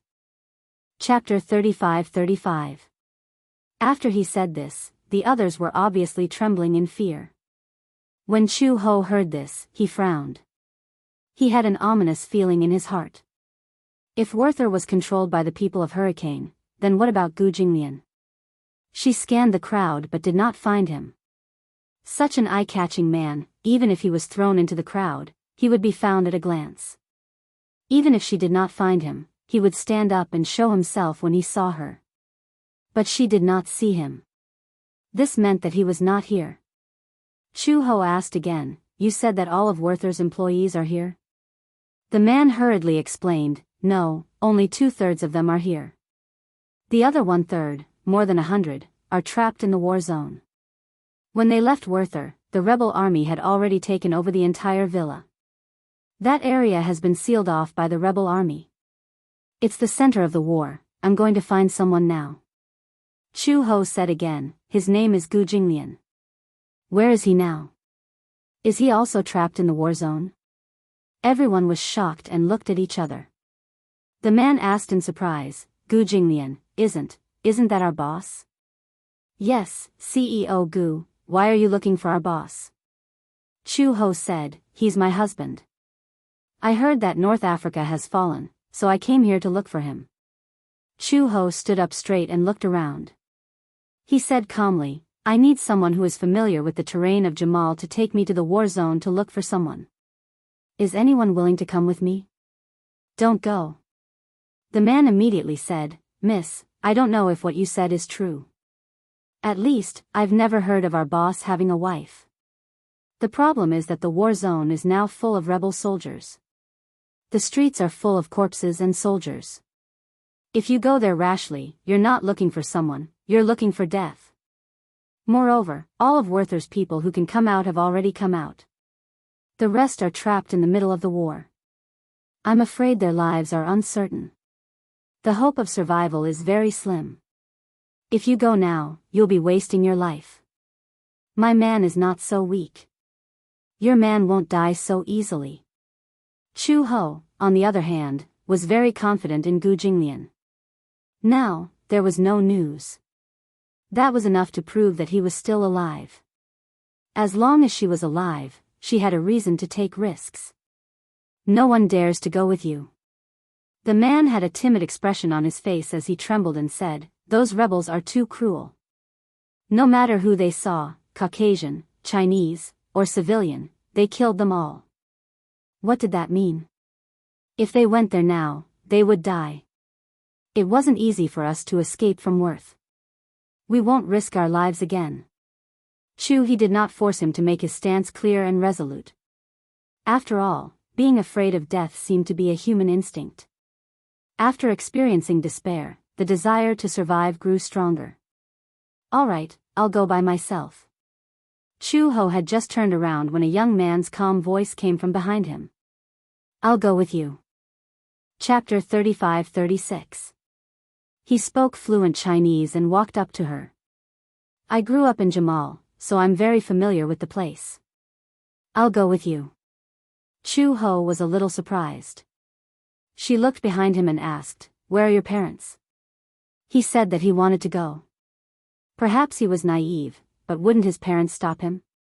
The young man's eyes darkened, and his voice weakened.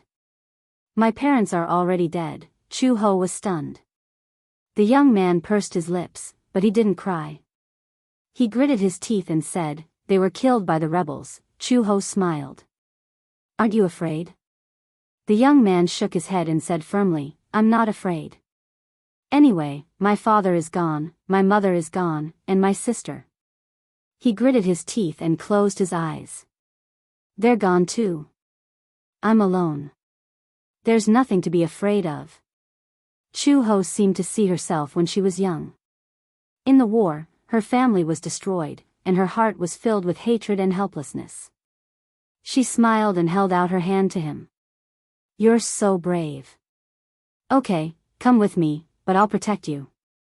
The young man nodded, held her hand, and followed her out of the embassy, leaving the crowd looking at each other.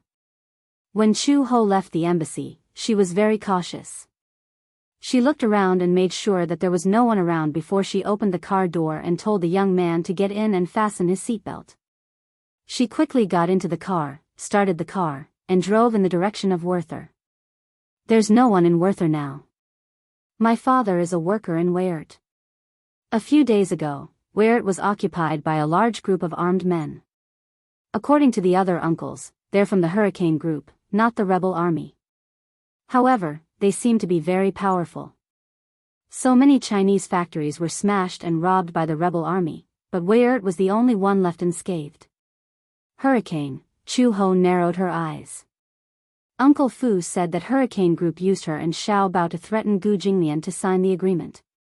He had to give up Werther and that piece of land. The losses were heavy. She still couldn't figure out why Gu Jinglian did that. Was it because of her? Was he protecting her?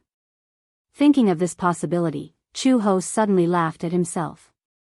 How could this be? This man had always been arrogant and self-righteous. How could he give up such a huge benefit just to protect her? The young man continued, It's very dangerous to drive to Werther now.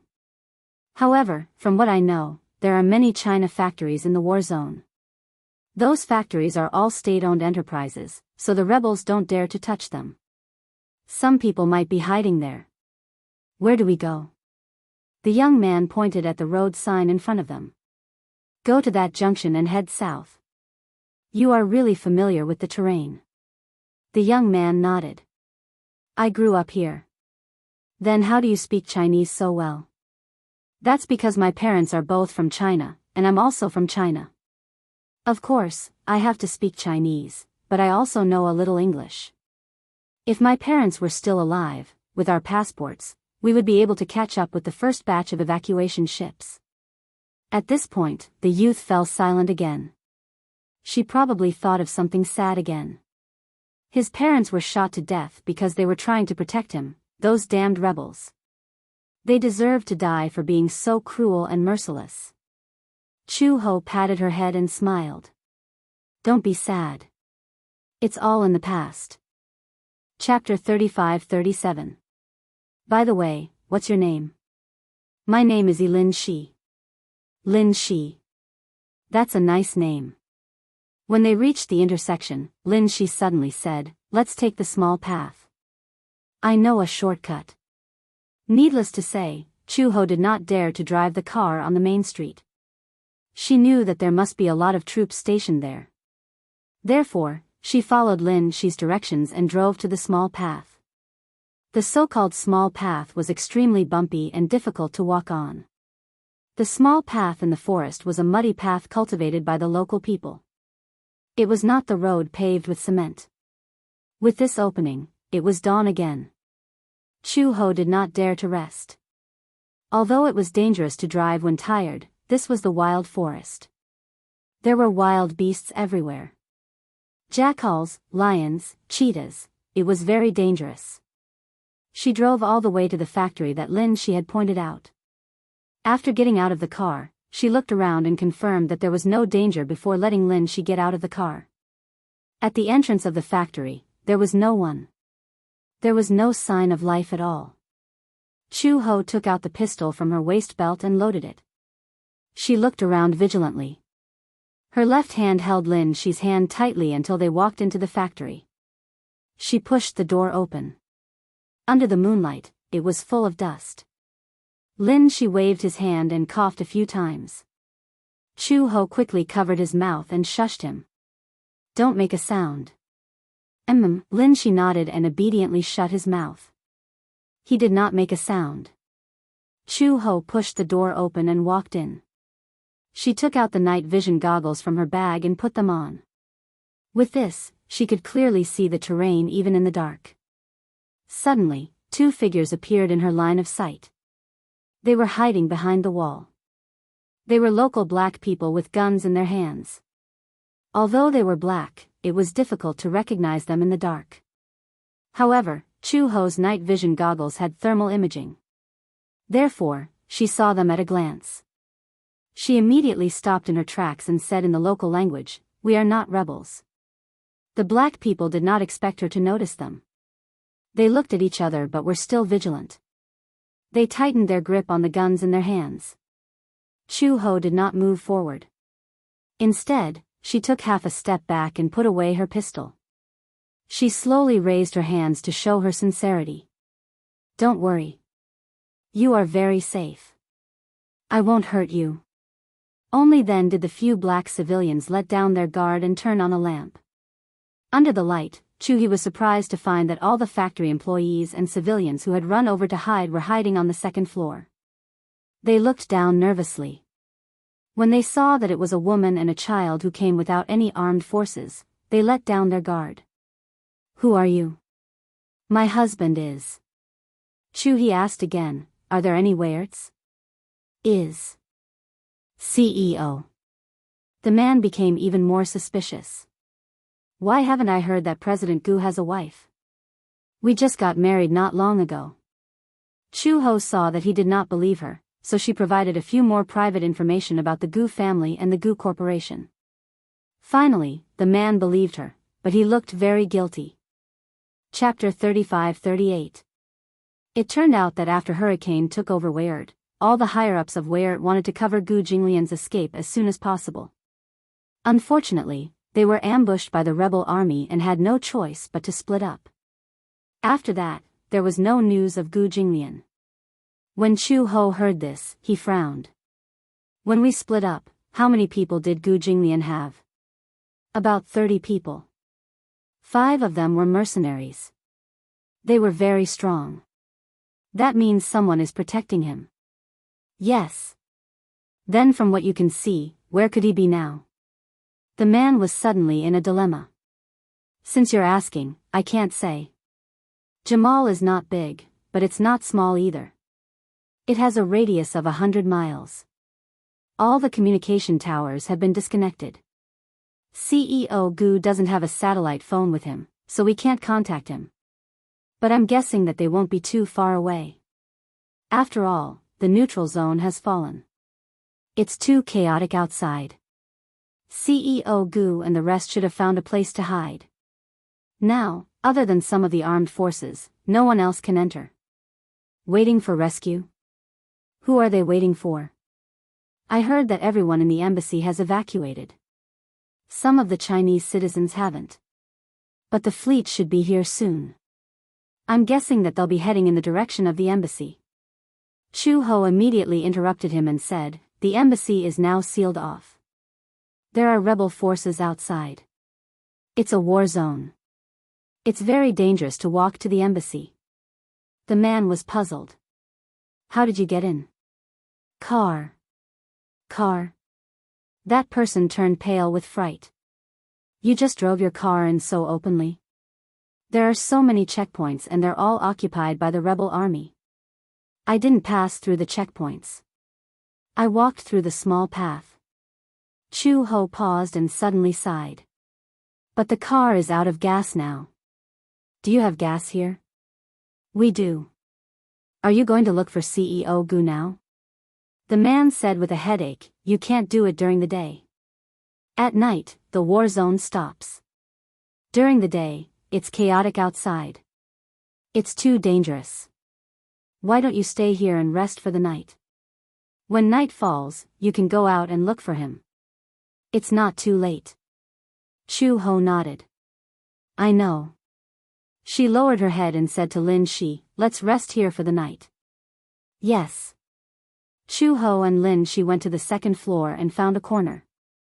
There was no bed, only a mat, and they lay down. At this time, the weather was already a little cold. Just lying on the mat without any shelter, it was inevitable that it would be a bit cold. Lin Shi curled up in a corner, shivering from the cold. Suddenly, a coat covered his body. Lin Shi turned his head and saw that Chu Ho had taken off his thick coat and covered him with it. She only had a combat vest on her body, which was very thin. Lin Shi's heart warmed. He was a little touched, but he asked uneasily, aren't you cold? It's not cold. I'm used to it. She had experienced even more difficult environments.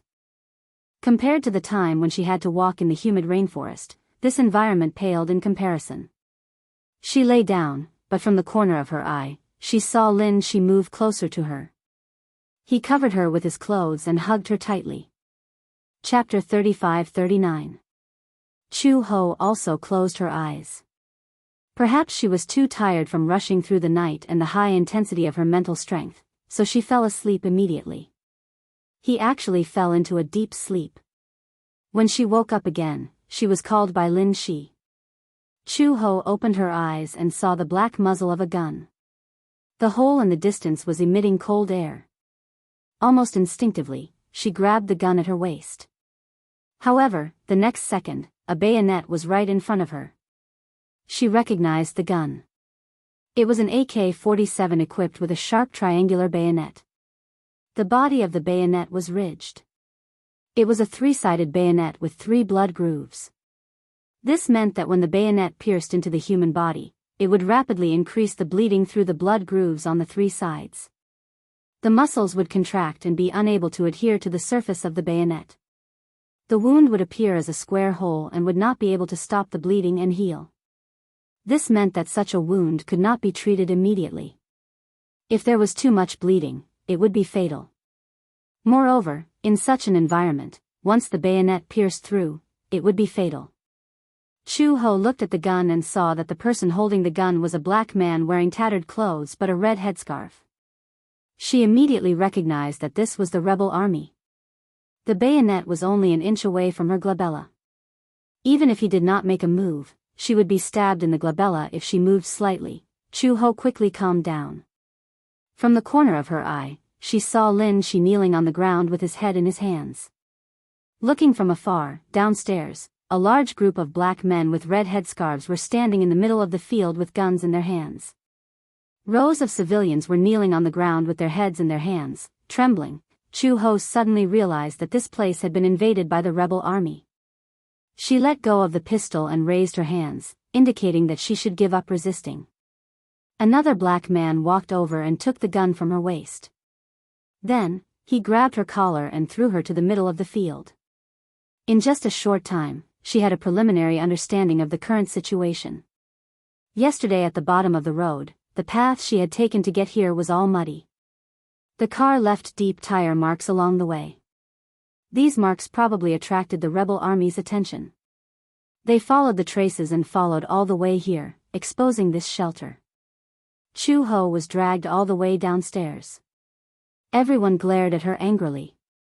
Her arrival had also attracted the rebel army. They originally had a chance to hide in the rescue team, but now, this place was exposed by her, implicating so many people. Chu Ho was thrown into the middle of the field. He questioned, "Whose car is this?"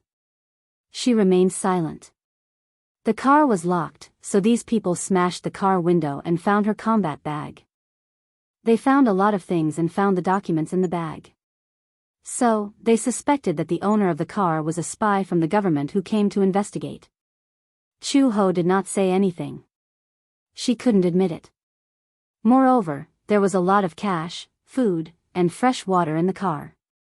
If she admitted it, they would definitely take away her car keys, open the car, and rob all the food inside. The rebel soldiers saw that the entire place was silent. They searched the crowd and suddenly walked into the crowd and pulled Lin Shi out. He was the youngest child present.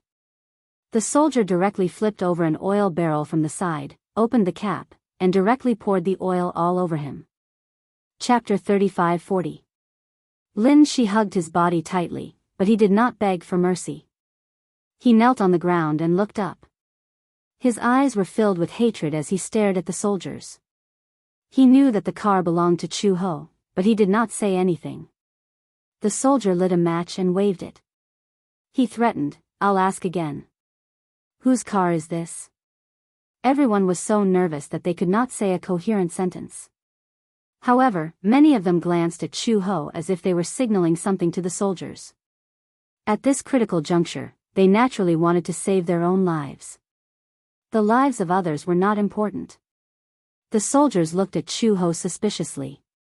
When Chu Ho saw this, he could no longer remain silent. He suddenly said, "This is my car. It has nothing to do with this child." Lin Shi looked at him in surprise. He was deeply moved. "Hand over the car keys." Chu Ho took a deep breath. He calmly took out the keys from his trouser pocket and threw them to them. When the soldier saw this, he sneered and threw the lit match at Lin Shi. At this moment, his body was covered in gasoline. If the match landed beside him, he would definitely die. Lin Shi closed his eyes in despair. Chu Ho reacted quickly and leaped toward Lin Shi. At the same time, seeing that she had suddenly stood up, the vigilant soldier raised his gun and pulled the trigger. The bullet pierced through the air and brushed past her waist. It passed through the bullets and hit a man behind Chu Ho, piercing his thigh. He cried out in pain and hugged his thigh as he twitched. There was no fire as expected. Lin Shi opened her eyes in disbelief, only to see Chu He pouncing on her. In her palm, she caught the matchstick tightly and snapped it into two. The skin on her palm was scalded, and it was a shocking red. Chu Ho pulled him into his arms and said solemnly, "I promised you that I would protect you. I have to keep my word." Lin Shi's eyes flickered and tears flowed out. A few soldiers raised their guns and aimed at Chu Ho. Chu Ho turned around and shielded Lin Shi behind him. He said word by word, "There's cash and food in the car. I hid them in a place." Use these to exchange for this child's life. Take us there. If you let this child go, I'll tell you. The soldiers looked at each other before putting away their guns. Chu Ho immediately said to Lin Shi, quickly find a place to hide. Lin Shi shook his head and said firmly, I want to be with you. Be good, I'm fine.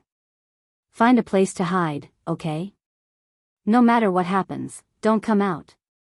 Lin Shi wavered a little. Gritting his teeth, he stood up and walked a few steps. Seeing that the soldiers seemed to have tacitly agreed to let him go, he ran into the warehouse, found a secret room, and hid himself. Chu Ho stood up and covered his wound. He followed the soldiers out of the factory and to the parking lot. Where are the money and things? Chu Ho pretended to be in pain and said with difficulty, it's in the secret compartment of the armrest. Take it out. I'm injured, Chu Ho said with difficulty, I don't have any strength, be honest. Two soldiers opened the car door and went into the car to rummage through it. Chu Ho narrowed his eyes and looked around. There were a total of 4 soldiers here. 2 of them went into the car to look for things. Their backs were facing him, so they couldn't see his every move. Chapter 35-41. Chu Ho kicked the 2 soldiers into the car and locked the door. Her smooth movements were completed within a few seconds. Before the other 2 soldiers could react, Chu Ho flashed behind them. Just as they raised their pistols to aim at her, Chu Ho grabbed that person's arm and twisted it hard. She aimed at his elbow joint and heard a "kacha" sound as the joint fell off. She lifted her leg and kicked him a few meters away. Chu Ho snatched the gun and casually fired 2 shots at the other soldier who was about to pull the trigger. In an instant, that person's glabella was shot and he fell to the ground. The soldier who was kicked away struggled to get up from the ground. He pulled out a tri-edge army knife from his waist and waved it at her. Chu Ho dodged nimbly and took the opportunity to raise her fist and hit him hard on the nose. The most vulnerable parts of a person's face were the eyes and the bridge of the nose. Her punch directly broke that person's nose. The soldier held onto his bleeding nose and howled in pain. However, before he could shout out a coherent sentence, Chu Ho's ghostly figure flashed behind him and locked his neck from behind. She exerted strength in her arm and broke his throat. These 2 pitiful soldiers, until they died, did not expect that this frail-looking woman would have such powerful skills. They were afraid of her because she had a weapon on her and were worried that she was from some military unit or the government army. However, no one would have thought that her skills were comparable to the top mercenaries. The 2 soldiers in the car saw this scene and knew that this woman's skills were definitely not something they could win against. Hence, they frantically honked the car horn, hoping that the sound would attract the attention of the other soldiers in the factory. Chu Ho became alert. She suddenly walked to the front of the car and held on to the edge of the car roof. She then kicked the mailbox at the bottom of the car. She was wearing combat boots that were equipped with a short blade. With a kick, a dent appeared in the fuel tank. She kicked again fiercely and the sharp short blade directly cut a hole in the fuel tank. A stream of air flowed into the fuel tank. She turned around and plunged into the bushes at the side. The soldiers in the factory heard the sound of the horn and hurriedly armed themselves. They carried their submachine guns and rushed out. However, when they walked out of the door, they saw that there was no one around. It was dead silent. They glanced at the car and saw 2 corpses lying beside it. The leader took a look and his expression turned cold. He walked over and grabbed one of the corpses by the collar to check his breathing. He was already dead. What happened? Where was that woman? The 2 soldiers in the car kept hitting the window. The leader walked over, bent his arm and broke the window with his elbow. The 2 soldiers tried to climb out of the car window. However, the leader immediately signaled them to keep quiet. He could vaguely hear the sound of dripping. It was especially clear in this quiet night. The leader looked around and suddenly realized that the sound was coming from the bottom. He squatted down and was surprised to see that there was a pool of oil on the floor of the room, giving off a pungent smell of petrol. There was a hole in the fuel tank and petrol was leaking all over the floor. Chapter 35-42. Before he could make a run for it, Chu-hee narrowed her eyes and pulled the trigger from the bushes. Bang! A bullet whizzed through the air. Boom! The bullet accurately hit the fuel tank. The fuel tank was already on the verge of exploding when it came into contact with the oxygen. With the ignition of the gasoline and the sparks from the bullet, a strong explosion occurred in an instant. The entire vehicle exploded, and the flames soared into the sky. The powerful shockwave was like an avalanche, sweeping everyone to the ground. A row of soldiers who couldn't dodge in time were instantly swallowed up by the flames. The flames almost lit up half the night sky. The violent explosion was deafening. Chu-ho was also pushed to the ground by the blast. She crawled on the ground until the blast subsided. Then she got up and slowly walked out of the bushes. She glanced at the volcanic sea of fire and turned to walk back to the factory. One of them was pushed to the side by the blast and vomited blood. In his blurry vision, he struggled to support his body, raised his hand, and shot at her abdomen. Pfft! Chu-ho felt as if her abdomen had been hit by something. Immediately after, she felt a burning pain and a terrifying wound appeared on her abdomen. She clutched her bleeding abdomen and staggered. She knelt on the ground on one knee. When she turned around, she saw the soldier fall to the ground heavily and take his last breath. She struggled to stand. At first, she did not feel anything when she was shot. However, after taking a step, she could not stand anymore. She swayed and fell to the ground. The pain was so intense that she broke out in a cold sweat. Chu-ho struggled to support her body. She immediately tore the vest on her body and pressed on the wound to squeeze out the blood clots. The dagger was tied to the back of her waist. The bullet accurately pierced through the dagger and embedded itself in her skin. Fortunately, the dagger blocked the bullet and did not penetrate too deeply.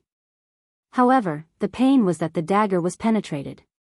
The metal skin stuck to the wound, and the pain was heart-wrenching. Chu-ho crawled to the side of the tree with great difficulty and knelt on the ground. Biting his collar tightly, he tied the cloth around his wound and pulled out the dagger. After disinfecting it with fire, he endured the pain and made a cross on the wound. Then, he pulled out the bullet with his bare hands. The excruciating pain caused her to break out in a cold sweat. She closed her eyes, disinfected the wound, and bandaged it. She took out some cotton wool from her trousers and roughly bandaged the wound. It hurt so much that he was confused. She held on to the tree trunk and stood up. However, she only felt the world before her eyes turned dark. Her entire back seemed to have lost all feeling. It was numb, and only pain was constantly transmitted to her. Chu-ho could no longer stand steadily and fainted. Before she closed her eyes, she vaguely saw a few black soldiers running towards her. They were holding their guns and staring at her. When she woke up again, she was splashed with a basin of salt water. The salt water flowed directly into her wound, and she woke up in pain. Hiss! Chu-ho opened her eyes abruptly. The salt water flowed into her eyes, and it was bitter and painful. Immediately after, her wrists were tightly bound and her toes were off the ground. These reminded her that she was hanging from a tree branch. A few black soldiers pointed their guns at her. One of them, who was holding a red headscarf, pointed at her and asked in the local language, "Who are you? Did you kill these brothers?" Chapter 35-43. When the man saw this, he was so angry that he kicked her. Chu-ho's body slammed into a thick tree trunk. She was in so much pain that she couldn't scream. "Speak." Chu-ho sneered and said contemptuously, "I'm not from the government." The leader didn't believe her at all. He was certain that Chu-ho was a mercenary sent by the government or an intelligence agent from some organization. It was because of this that Chu-ho didn't bother to explain. Anyway, even if she said she wasn't and revealed her identity, they might not believe her. Chu-ho heard someone ask, "Captain, how should we deal with this person?" In her days, she only heard the leader say, "Behead her as an example to the public." Beheading was the most common method used by terrorists. Perhaps the people who lived in peaceful countries couldn't understand this method. The so-called beheading mentioned by these rebels was to tie the person's hands and feet and make them kneel on the ground. Then, they would use a very blunt butcher's knife to cut the throat bit by bit. Rather than beheading, it was more like cutting the throat. As the victim wouldn't die immediately, he would be able to see clearly how his throat was cut. Hence, this method of death was especially painful. Hence, the blade was very blunt. It was to make the victims suffer as much pain as possible to promote martial arts. When Chu Ho heard this, she didn't show much fear on her face. She was pushed to the ground. A soldier grabbed her hair and forced her to kneel on the ground. Then, he took out a small rusty knife from behind him and slowly pressed it against her neck. Chu Ho could feel the cold blade against her skin. She slowly closed her eyes. However, the expected pain didn't come. Vaguely, she felt the hand that was grabbing her loosening its grip, and the knife fell to the ground. Immediately after, hot scarlet blood fell onto her shoulder and soaked her clothes. Chu He woke up at once and looked up in surprise, only to be met with a lifeless face. The soldier's eyes were wide open. He was attacked from behind. A sharp triangular military knife almost pierced his heart. He fell weakly on top of her. Chu Ho couldn't bear it anymore and fell to the ground. Bang, bang, bang. She immediately recognized that it was the sound of a gun. The barrel of the cloud shot gun was very thick, and the diameter of the muzzle was at most 20 millimeters. It had a lot of firepower and was very wide. It was a weapon with terrifying explosive power in close combat. If a bullet were to hit a human body, the wound would explode and expand, resulting in a one-hit kill. If the gun was fired at close range, the bullet could directly send a person flying. Chu Ho fell to the ground. He vaguely saw a particularly tall man, fully armed, with 3 pistols on his back and 2 rows of bullets on his shoulder. He held a gun and agilely dodged the soldiers' attacks. None of the bullets missed. In just a short moment, more than a dozen soldiers present were shot and fell to the ground. Just then, a child ran to her side and patted her face gently. He asked nervously, "Sister, are you okay?" Chu Ho looked up and met Lin Shi's anxious eyes. "It's you?" "Yes." Lin Shi dragged her to the front of a tree and used a dagger to cut the rope that tied her up. However, he found the wound on her abdomen and frowned in pain. "How are you? Are you okay? You're injured." Chapter 35-44. "Didn't I tell you to hide?" Lin Shi said, "There's a secret passage behind the factory. I escaped through that secret passage. I followed the clues you provided and found the person you were talking about. Gu Jinglian. Is that his name?" Chu Ho was stunned. She could not help but look at the man. In the night, the man put away his gun and checked the corpses on the ground one by one. If he found someone who was still alive, he would kill him directly. He stood up and turned around. His handsome and heroic face came into her sight. "Gu," she opened her mouth and widened her eyes in disbelief. She did not expect him to appear. Gu Jinglian strode over and squatted in front of her. As he moved, the bullets on his body made a tinkling sound. He was wearing a combat uniform and a thick bulletproof vest. His limbs were tied with guns, ammunition, and all kinds of cold weapons. After leaving Werther, he took away all the equipment, guns, ammunition, and bulletproof vests. He was fully armed. He killed his way out of Werther. He led his men and horses and wanted to kill his way out of the fallen area. However, he did not expect to meet a child who was almost attacked on the way. Initially, he was too lazy to care. However, for some reason, he suddenly thought of Xiao Bao. He did not know why, but he saved the child. The child who was saved grabbed him and asked nervously where someone was going. Coincidentally, he was the person the child was looking for. The child said that a young sister came to North Africa to look for him and was now in danger. He asked who it was, but the child could not tell him the name. He only said that it was a very powerful person. He immediately thought of Chu Ho. However, why would she appear here? It was unbelievable. On the way here, he saw a person hanging on a tree branch at the entrance of the factory. He recognized her at a glance. He secretly ambushed and shot a few soldiers. Gu Jinglian looked at Chu Ho nervously. When he saw the wound on her abdomen that was roughly bandaged, he was stunned. "You're injured?" "I'm fine. I was shot." "What about the bullet? Did you take it out?" Take, as Chu Ho spoke, she tried to support her body and stand up.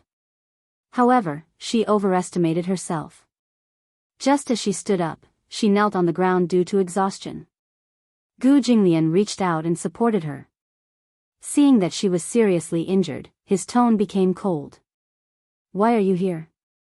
I came to find you." Halfway through his words, Chu Ho could no longer make a sound. His eyelids twitched violently, and he actually fainted. Gu Jinglian caught her nimbly and pulled her into his arms. His face was full of heartache.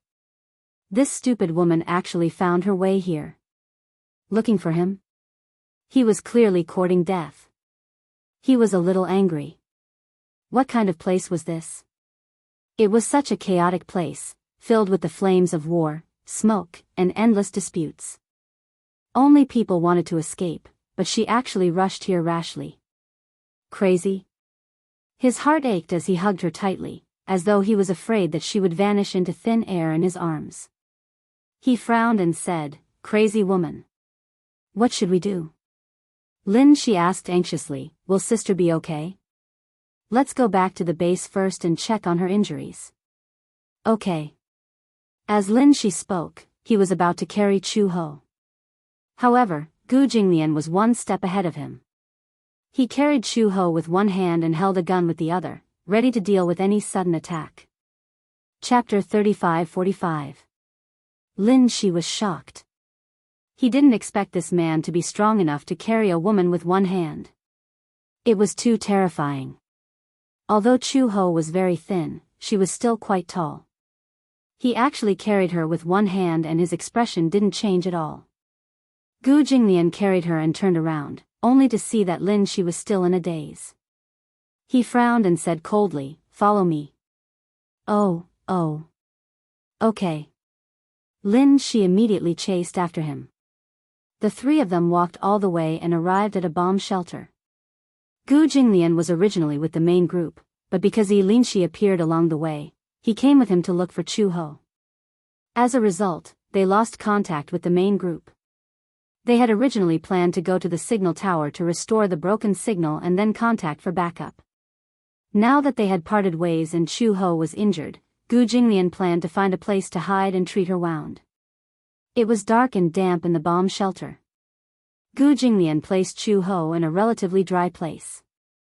He turned around and instructed Lin Shi, "Bring the gauze and iodine over." Lin Shi carried Chu Ho's combat bag over. He rummaged through the bag for the iodine and gauze and passed them to Gu Jinglian.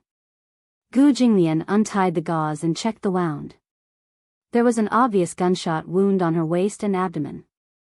There was a cross on the wound, but there was no bullet shell. The bullet had been removed. Gu Jinglian was very surprised. This cross was probably made by removing the bullet. Who did it? Could it be that she did it herself? How did she do it? A woman actually had such terrifying willpower when she was injured by a gunshot. She could actually remove the bullet by herself. However, because of the circumstances, the wound was not well treated. If it was dragged out, it could easily become infected. Gu Jinglian disinfected the wound with iodine. After cleaning it thoroughly, he stopped the bleeding. He covered the wound with a clean gauze and bandaged it. It was especially painful to clean the wound. Chu Ho woke up from the pain. She hissed and opened her eyes. Her beautiful eyebrows were slightly furrowed. Gu Jinglian glanced at her. "Does it hurt?" Chu Ho nodded and his breathing quickened. "Yes, a little." Gu Jinglian said, "Bear with it. If the wound was not treated properly, it could easily become infected and inflamed." After he bandaged the wound, Chu Ho finally closed his eyes and his breathing gradually stabilized. Gu Jinglian suddenly asked, "Why are you here?" Chu Ho furrowed her brows, but a strange blush appeared on her face. She turned her face away, not looking at his face, and did not say a word for a long time. She had her pride. She could not possibly tell Gu Jinglian that she risked her life to come to such a war-torn area to look for him because she was worried. It was even more impossible for her to say that she was worried that something would happen to him or that Xiao Bao would lose his father. Now that she saw that he was safe, her heart was at ease. Gu Jinglian saw that she did not speak. Her pale face only had a slight blush on it. It was extremely strange. He asked suspiciously, "Are you worried about me?" "No." Chu Ho almost reflexively interrupted him. She said coldly, "Do you think I'm here for you?" Gu Jinglian was speechless. Wasn't that the case? Wasn't her words just giving herself away? Chapter 35-46. Chu Ho saw that her words weren't convincing and said expressionlessly, "I came here just to what? To play." Gu Jinglian was speechless. Play. Now that the war was raging and most of North Africa had fallen into the flames of war, she came here, to play? Gu Jinglian said calmly, "Stubborn." Chu Ho heard this but didn't want to talk to him. She then realized that she was in Gu Jinglian's arms and they were very close to each other. The intimacy between the two of them was unreasonable and she was instantly alarmed. You don't have to hug me." "Oh." Gu Jinglian didn't say anything else and let go of her. Chu Ho fell to the ground and stretched her wound, causing her to frown in pain. She immediately rushed over anxiously and said to Gu Jinglian angrily, "Hey! Why aren't you gentlemanly at all? Sister is injured." Gu Jinglian said calmly, "She said she didn't want me to hug her." Lin Shishan added, "Women always say one thing and mean another. She might say she doesn't want you to hug her, but she probably wants you to hug her." Chu Ho couldn't take it anymore. She grimaced and said, "I didn't say that." She pouted and hurriedly asked worriedly, "Sister, are you all right? Does your wound hurt?" Chu Ho groaned and said angrily, "It doesn't hurt." Gu Jinglian glanced at her lightly and pulled her into his arms again. Chu Ho struggled a little unnaturally, but Gu Jinglian's voice became gentler.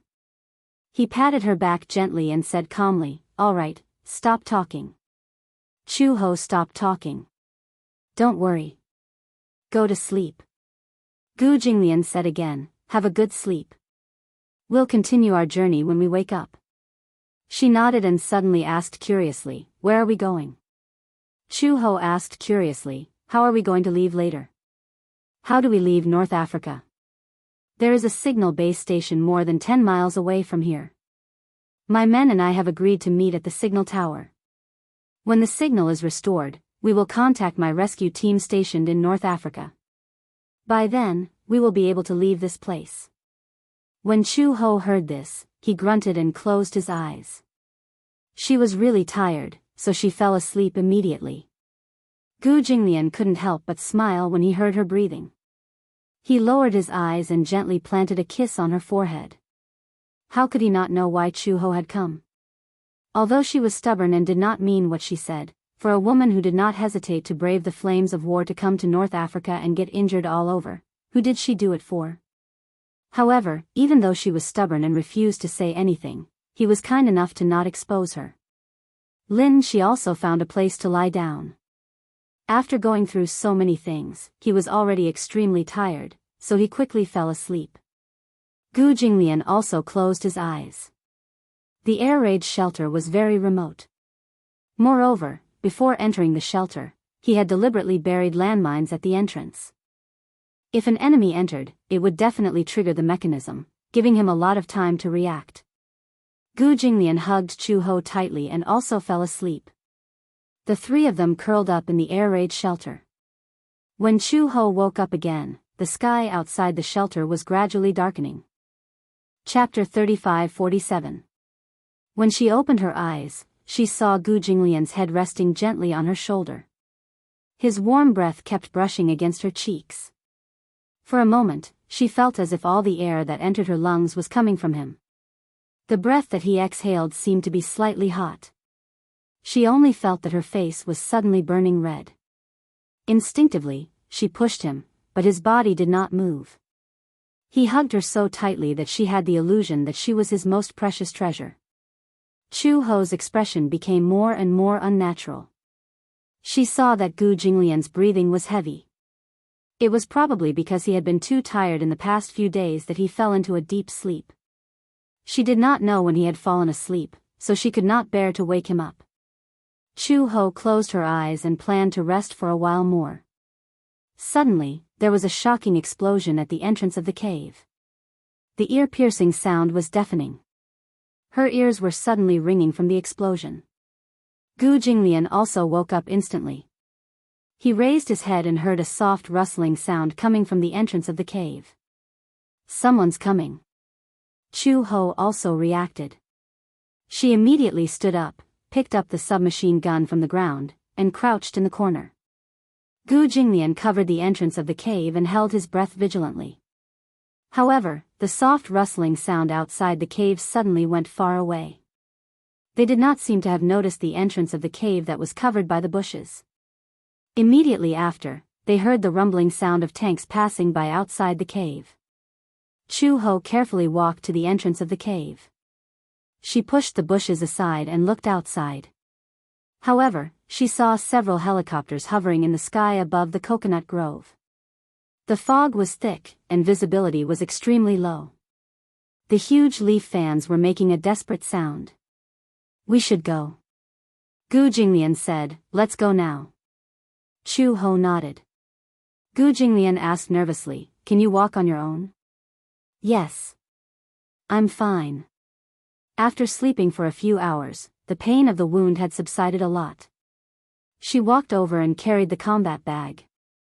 Gu Jinglian walked over, woke Lin Shi up, and gave him a gun. If they left this place, they might be ambushed by the rebel army at any time. It was impossible for him to carry him, so he could only do his best to cover him. However, even if he was a child, he still needed to carry a weapon with him under such circumstances. But Lin Shi said, "It's okay, I know how to use a gun." Growing up in such an environment, he knew how to use guns and basic self-defense. Gu Jinglian gave him a few more magazines. Lin Shi kept the magazines close to his body, and the three of them left the cave. Just as they walked out of the cave, the loud sounds suddenly became clearer. Bullets rained down in front of him.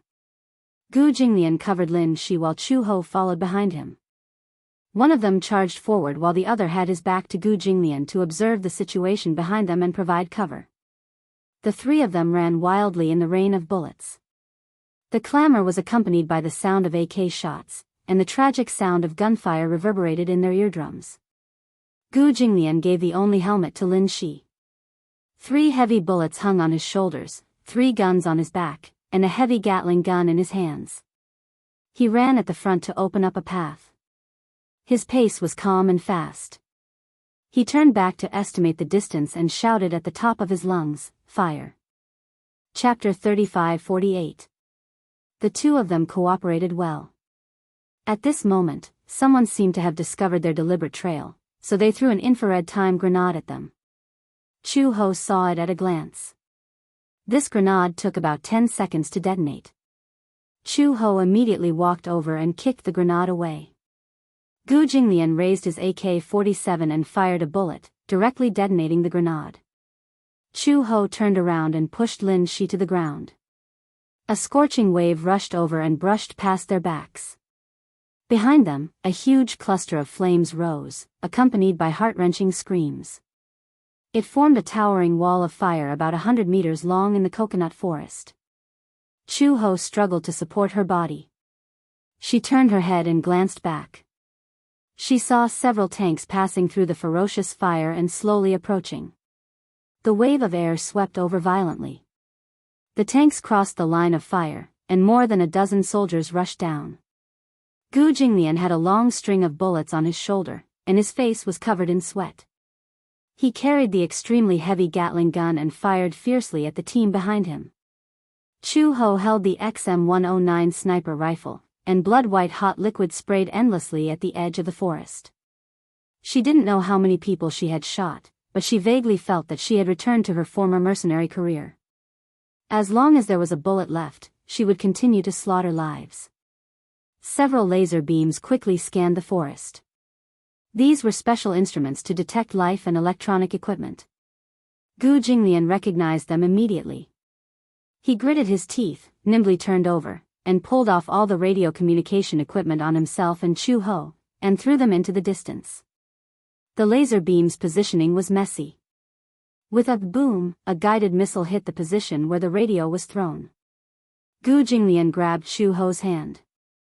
Chu Ho directly hugged Lin Shi in her arms and rushed into the forest, temporarily obtaining cover. Chu Ho felt for the straw in her collar and hurriedly drank 2 mouthfuls of water. There wasn't much water stored in her jacket. She didn't even have time to add purification powder. The smell of water made her retch. But in this situation, there was no time to care so much. We're still 10 miles away from the signal tower. Gu Jinglian paused for a moment. The signal base station was built by Werther, so it's very safe. The communication equipment inside is more complete. After we go in, we'll send out a signal and shield the surroundings. We'll be temporarily protected. Expressionlessly, Chu-He shook out the contents of her backpack and handed the energy bars and night vision goggles to Gu Jinglian. She then threw the AK and RPG, 7B quiver on her back in front of him and began to swiftly load the Gatling gun with ammunition. Gu Jinglian broke off a piece of energy bar and stuffed it into his mouth. He mixed it with his saliva and quickly strapped his AK and rocket launcher to his shoulder.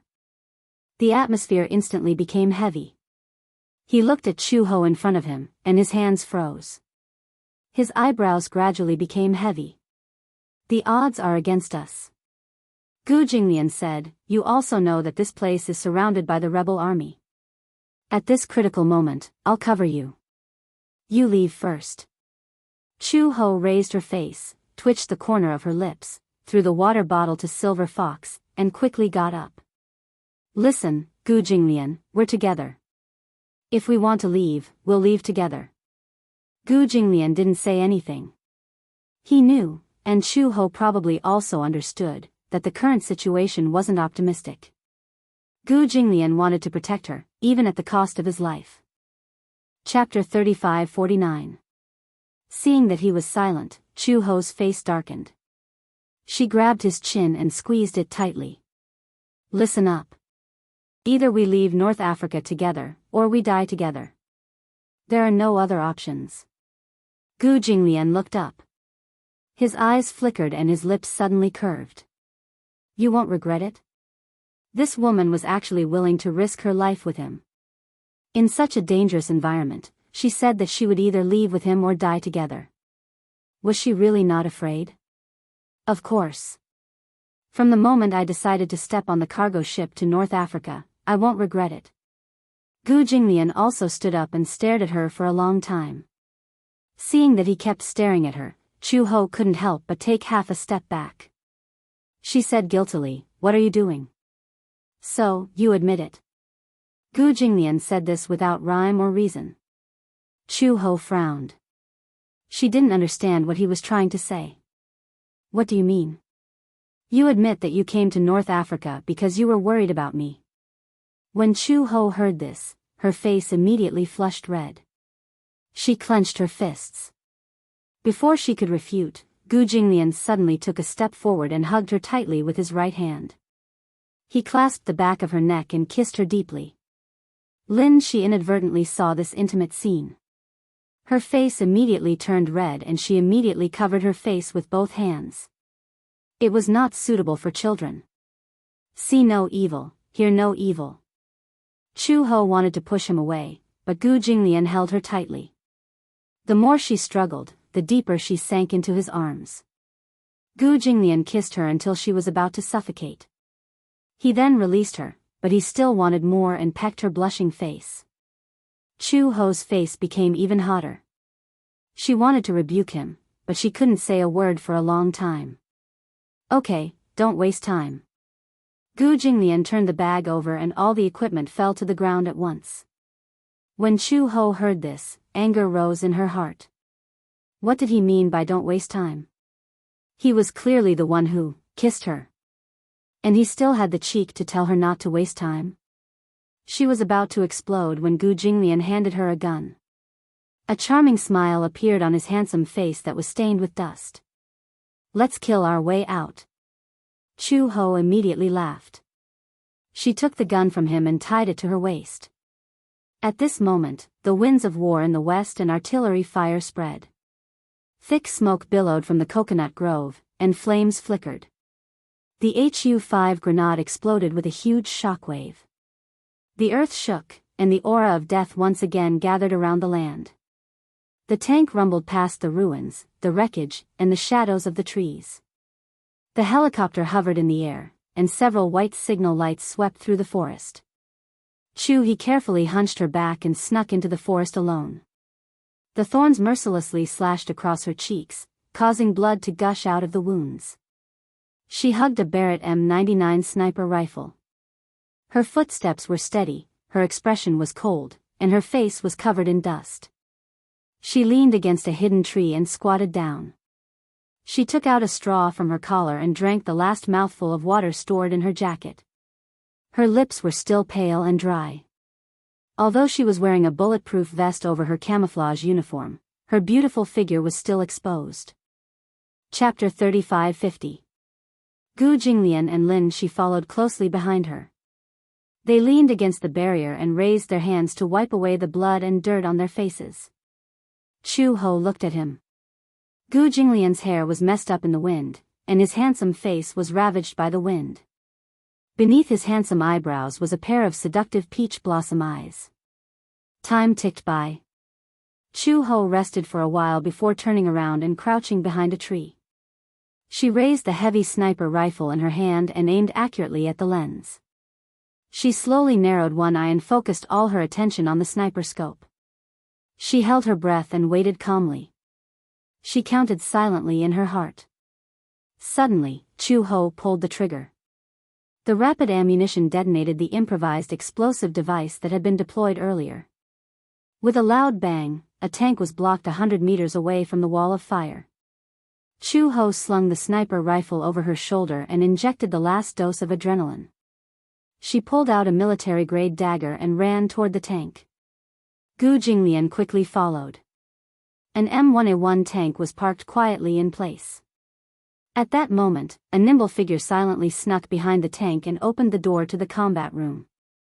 The soldier in the combat room didn't even have time to see who it was before he was punched in the head. Before he could react, a strong arm picked up his tottering body and twirled the dagger in the soldier's hand. The poor man felt a chill in his throat and hot blood sprayed onto the passenger seat. The stench of blood assailed his nostrils. Chu Ho quickly used the same method to sneak into the engine room, leaving behind a collapsed corpse and a messy cabin. She crept toward the cockpit. "Zaifi.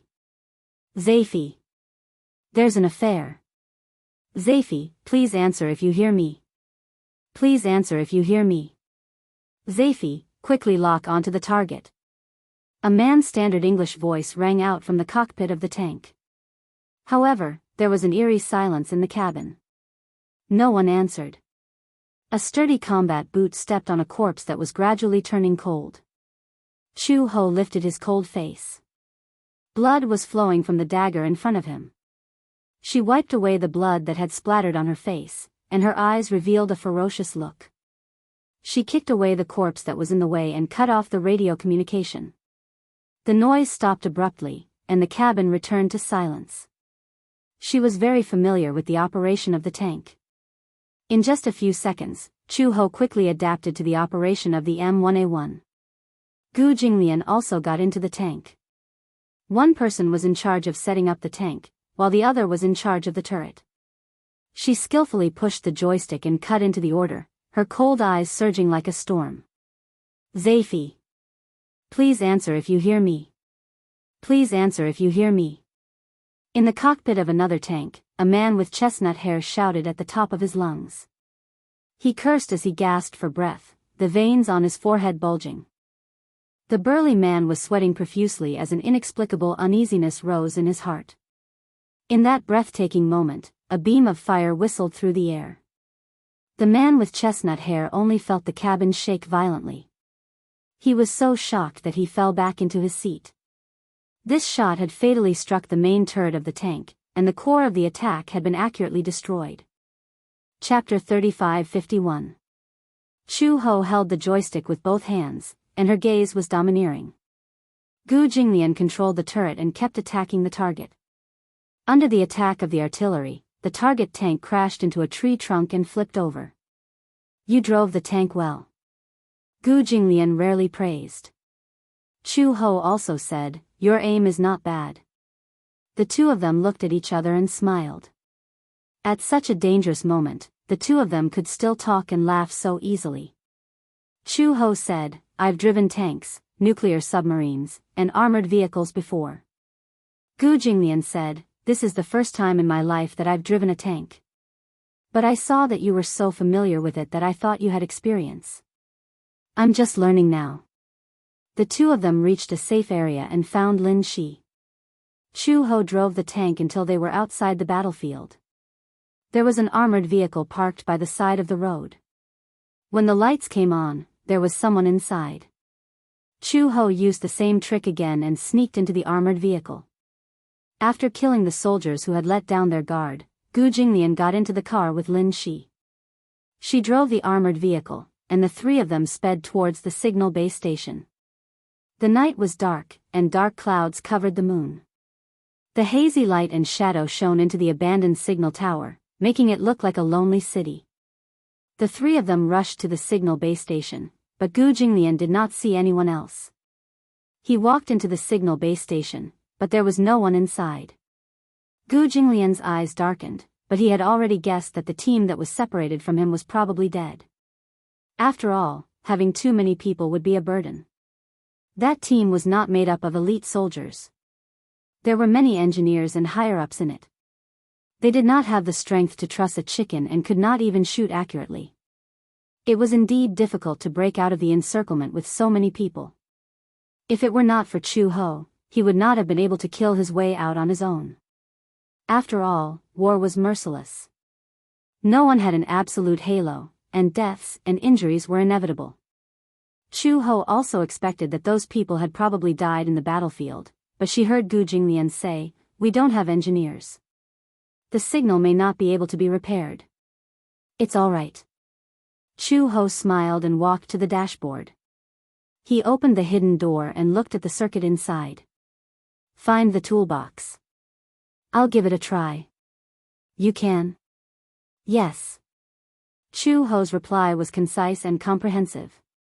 Gu Jinglian and Lin Shi immediately split up to look for the toolbox. They finally found it in the cupboard. In the sky far away, the smoke of gunpowder gradually spread out, and the clamor of firearms gradually came to an end. 8,000 meters away from the coconut grove, a well-equipped, fully armed team was rapidly closing in on the signal tower. Max, lead the 7th Division and surround the signal tower in the north. Storm, you and the 9th Division will break through the encirclement with me. A man in a camouflage uniform was crawling in front of the broken wall. He was the leader of the entire team. The man turned around and ordered his men with a serious expression. He said solemnly, we just received news that a suspected government spy has sneaked into the war zone and is heading towards the signal tower. We have to surround them and eliminate the spy. A group of Special Forces soldiers holding Browning M2 machine guns nodded quietly. Soon, the lighthouse let out an alarm that resounded through the sky. Beams of signal beams crisscrossed and rotated in the sky. The man calmly waved his hand and said in a low voice, charge. Chapter 35:52. The leader held his head high and led the elite division to the north of the lighthouse. At this moment, a sniper rifle shot rang out, and Max fell to the ground with a thud. His head had been accurately blown off. The bullet was too powerful and seemed to have been carefully modified. Poor D, whose head was a bloody mess. It was too horrible to look at. The leader was stunned. However, in the next moment, a fireball whizzed towards the 7th Division like a meteor with a thick tail of smoke behind it. The leader of the division roared in grief and indignation. Following a loud explosion, miserable howls of pain could be heard. The Apira's rocket launcher had overturned the entire 7th Division, and an earth-shattering shockwave swept over them. Then, a cold voice echoed through the loudspeaker in the silent night. I'm warning you. No matter whose unit you're from, retreat 5 miles away immediately. Otherwise, I won't show any mercy. The cold and arrogant voice reverberated in the ruins. The man looked around cautiously, but he could not see anyone. The voice said again, "Hey, I'm up there." The man looked up and saw Chu Ho with her black hair dancing in the wind. She stood proudly at the top of the lighthouse with her arms crossed. Behind her, signal beams crisscrossed and overlapped. The strong wind lifted the coat tied around her waist. She looked valiant. Chu Ho's expression was arrogant. Her slim figure was like a phantom from the Azura Palace, cold and heartless. She gently stroked the modified Barrett M99 sniper rifle in her arms. From time to time, she tilted her head and opened the scope to aim at the leader's head. She smiled eerily and said, "If you want to go to hell, I don't mind you taking one step closer." The man's expression changed. Panic flashed through his eyes. The group of special forces also panicked. They stood still and did not dare to act rashly. The leader raised the loudspeaker and said sternly, "Are you spies sent by the government? If you hand over the information in your hands now, we'll let you live immediately." Chu Ho raised her eyebrows and said sarcastically, "Oh? Looks like there's a misunderstanding. I'm not a spy. Those casualties in the battle zone, were they your doing?" "Yes." Chu Ho admitted, "It was you rebels who wanted to kill me for no reason. I was just trying to protect myself." The leader's face turned cold and a chill ran down his spine. An army of more than 100 people had been completely annihilated by this seemingly weak woman. Who was she? "So many of our brothers have been killed by you. This blood debt must be paid." Chu Ho sneered and said slowly, "Our people have also died in the hands of your soldiers.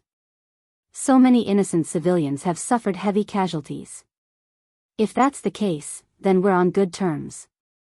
Hearing this, the leader was so shocked that he took a deep breath, and his eyes widened in anger. Chu Ho pointed at his head and snorted disdainfully. He casually sat down on the edge of the pagoda, his posture free and unrestrained. "I'm going to count down from 10 seconds. If you don't retreat, I can't guarantee what I'll do." 10. Chu Ho was very beautiful. She was so beautiful that she was enchanting and breathtaking.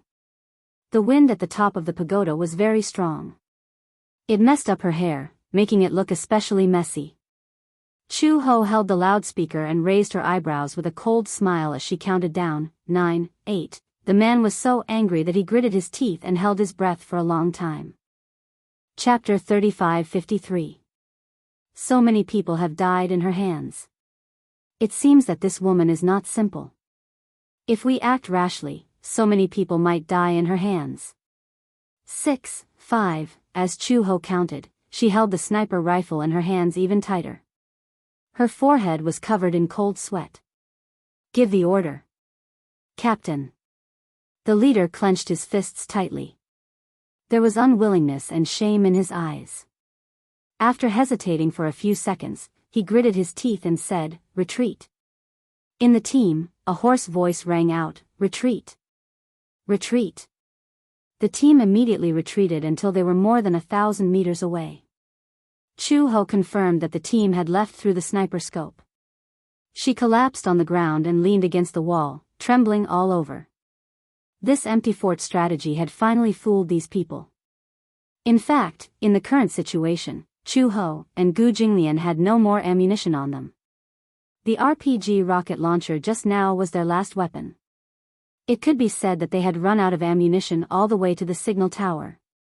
As they left the battlefield, Chu Ho could clearly feel that there were troops following behind them, chasing them all the way. However, they did not have any ammunition. In front of such a fully armed troop, they had lost all their strength. In ancient times, when the enemy was outnumbered, they lacked preparation. They deliberately showed that they did not have any troops, causing the illusion that there was an ambush and causing them to retreat in fear. In the era of the Three Kingdoms, Sima Yi's army approached the west side of the city. Zhuge Liang did not have any troops to resist, but he opened the city gate and played the zither on the city tower. Sima Yi suspected that there was an ambush, so he immediately retreated. This was the origin of the empty fort strategy. However, Chu Ho did not expect that at the last moment, she would use the empty fort strategy to scare off these soldiers. Just now, when they were counting down, she was more nervous than anyone else. She was worried that these people would not be deceived and would directly attack. They would be captured before they could even wait for help. Being captured was an ideal situation. If they were treated as spies and had their throats slit, then the three of them would really not be able to return. Gu Jinglian climbed to the top of the tower and saw Chu Ho leaning against the wall with a frightened look. He walked over, hugged her, and gently stroked her hair. He laughed and said, "So there are times when you are afraid of death." "I'm not afraid of death." Chu Ho clenched his fists. "I'm afraid that Xiao Bao will lose us."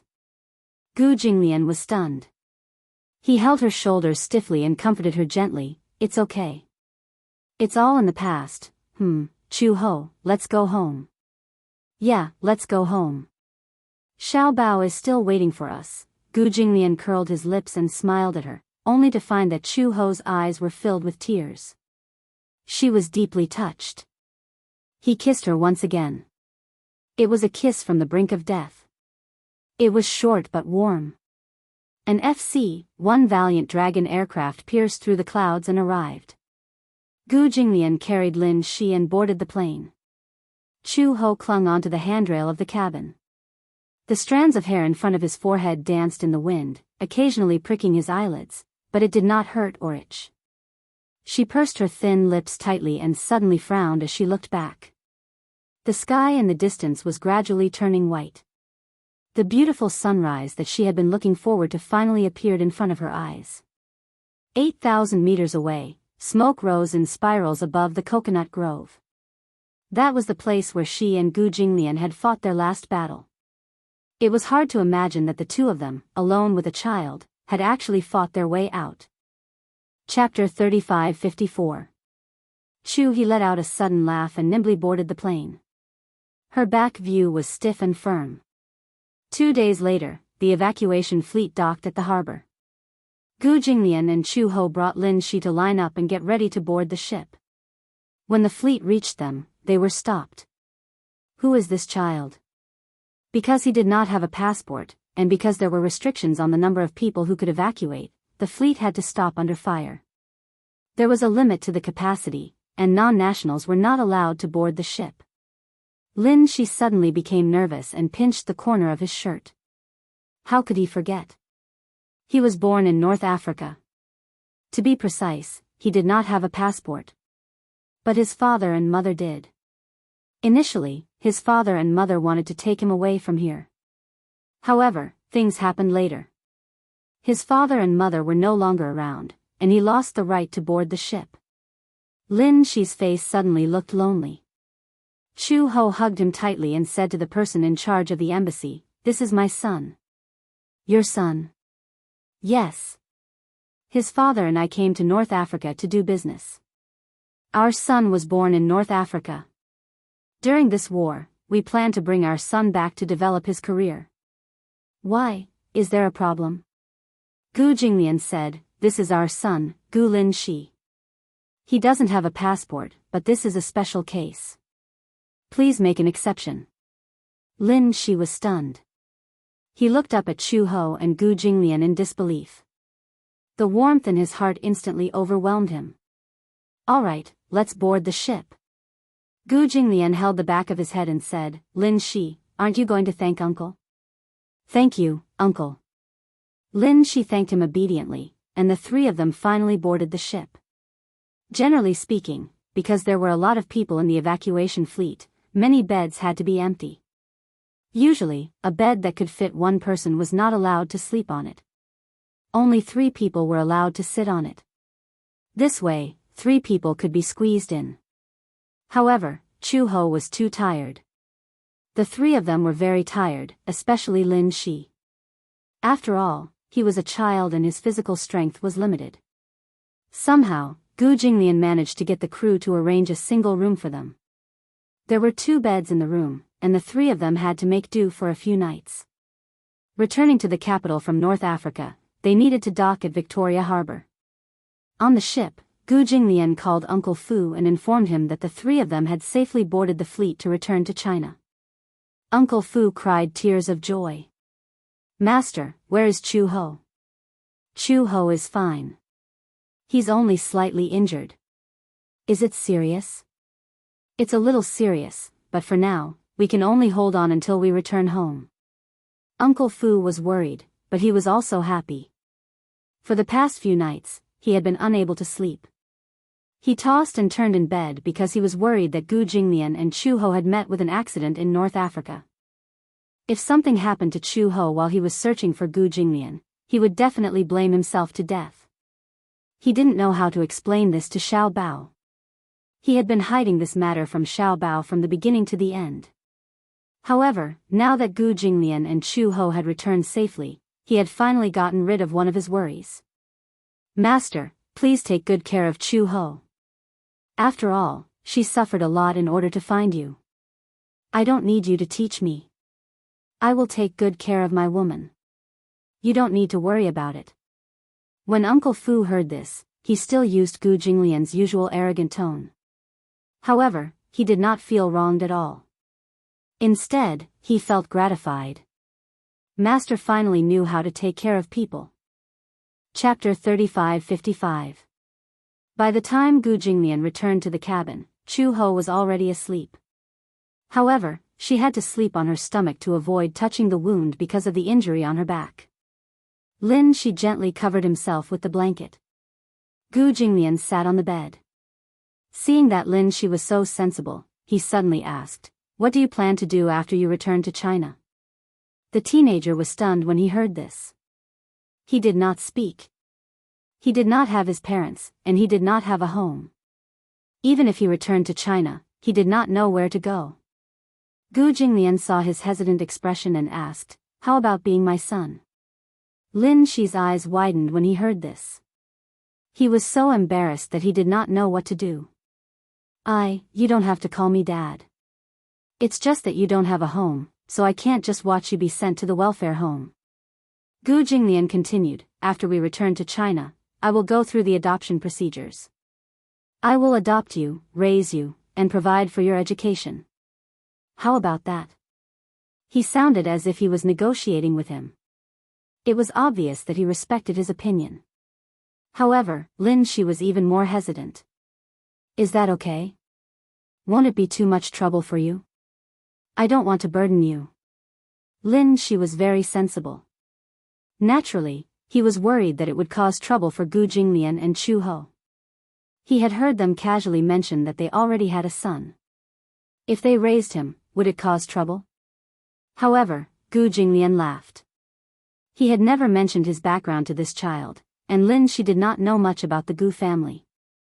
Even if he raised 100 children, he would not feel any burden at all, let alone one. Gu Jinglian said, "Don't worry, as long as you are willing." Lin Shi nodded slowly and said, "Yes, I am willing. However, I will work hard in my studies. The money for my studies and living expenses will be a loan from you. When I grow up and have a job, I will return it to you." His childish words made Gu Jinglian laugh. He waved his hand and said, "Come here." Lin Shi walked over. Gu Jinglian held him in his arms and helped him lie down on the bed. He said, "Go to sleep." As he spoke, he covered him with the blanket. Lin Shi asked in surprise, "Uncle, aren't you going to sleep?" "I'm not tired." Lin Shi pursed his lips and did not force him to sleep. He was indeed so tired that he fell asleep as soon as he closed his eyes. Gu Jinglian's expression darkened as he looked at his sleeping face. However, he was conflicted about Gong Fan's matter. That child looked identical to the Mu family's Yun Tianyu. That was a long time ago. He heard that Mu Yaja had lost his beloved son in an accident. Although this matter was not made public, she was, after all, in the same circle as him. As far as he knew, the woman had yet to walk out of the trauma of losing Yu Yu to this day. Gu Jinglian became even more suspicious. Gu Jinglian leaned gently against the wall and closed his eyes to rest. After 3 days and 3 nights of drifting on the sea, they finally reached Victoria Harbor 4 days later. Uncle Fu and Xiao Bao were already waiting for them at the harbor early in the morning. Chapter 35-56. Chu Ho only felt a black shadow pouncing on her. It was only when Xiao Bao pounced into her arms that she realized that this black shadow was the little guy she had been thinking about day and night. "Mom. You're finally back. I missed you so much." Xiao Bao didn't know that Chu Ho was injured. When he pounced on her, it affected her wound. Chu Ho frowned in pain and endured it. Gu Jinglian suddenly grabbed Xiao Bao's ear and said fiercely, "Your mom is injured. Take it easy." He was still as simple and violent as before, not showing any mercy to his own son. Xiao Bao grimaced in pain and howled. However, when he heard Gu Jinglian say that Chu Ho was injured, he suddenly became nervous. "Mom is injured?" Xiao Bao said and wanted to check. However, Chu Ho stopped him. She pressed his head and said, "It's okay. Just don't cause any more trouble. Just don't cause any more trouble. Just don't cause any more trouble." These words of indifference kept magnifying in his mind. Xiao Bao poked his fingers aggrievedly. He turned his head and suddenly saw Lin Shi in Gu Jinglian's arms. This unfamiliar boy who was a few years older than him was stunned. He was a little jealous. Dad had never hugged him like this before. As a result, Xiao Bao looked at Lin Shi with unconcealable hostility. Gu Jinglian put Lin Shi down. Lin Shi shrank behind Chu Ho uneasily. Chu Ho saw the hostility in Xiao Bao's eyes, so she said to Xiao Bao, "Xiao Bao, I want to discuss something with you." She squatted down with difficulty and pulled Lin Shi in front of Xiao Bao. She said, "His name is Lin Shi. From now on, he'll be your brother, okay?" "What do you mean?" "Mom went to North Africa to look for your dad and encountered danger on the way. It was this little brother who saved Mom. However, it's a pity." Chu Ho frowned and said, "Little brother's parents met with an accident in North Africa. After he returned to China, he was homeless, so Dad and Mom decided to adopt him."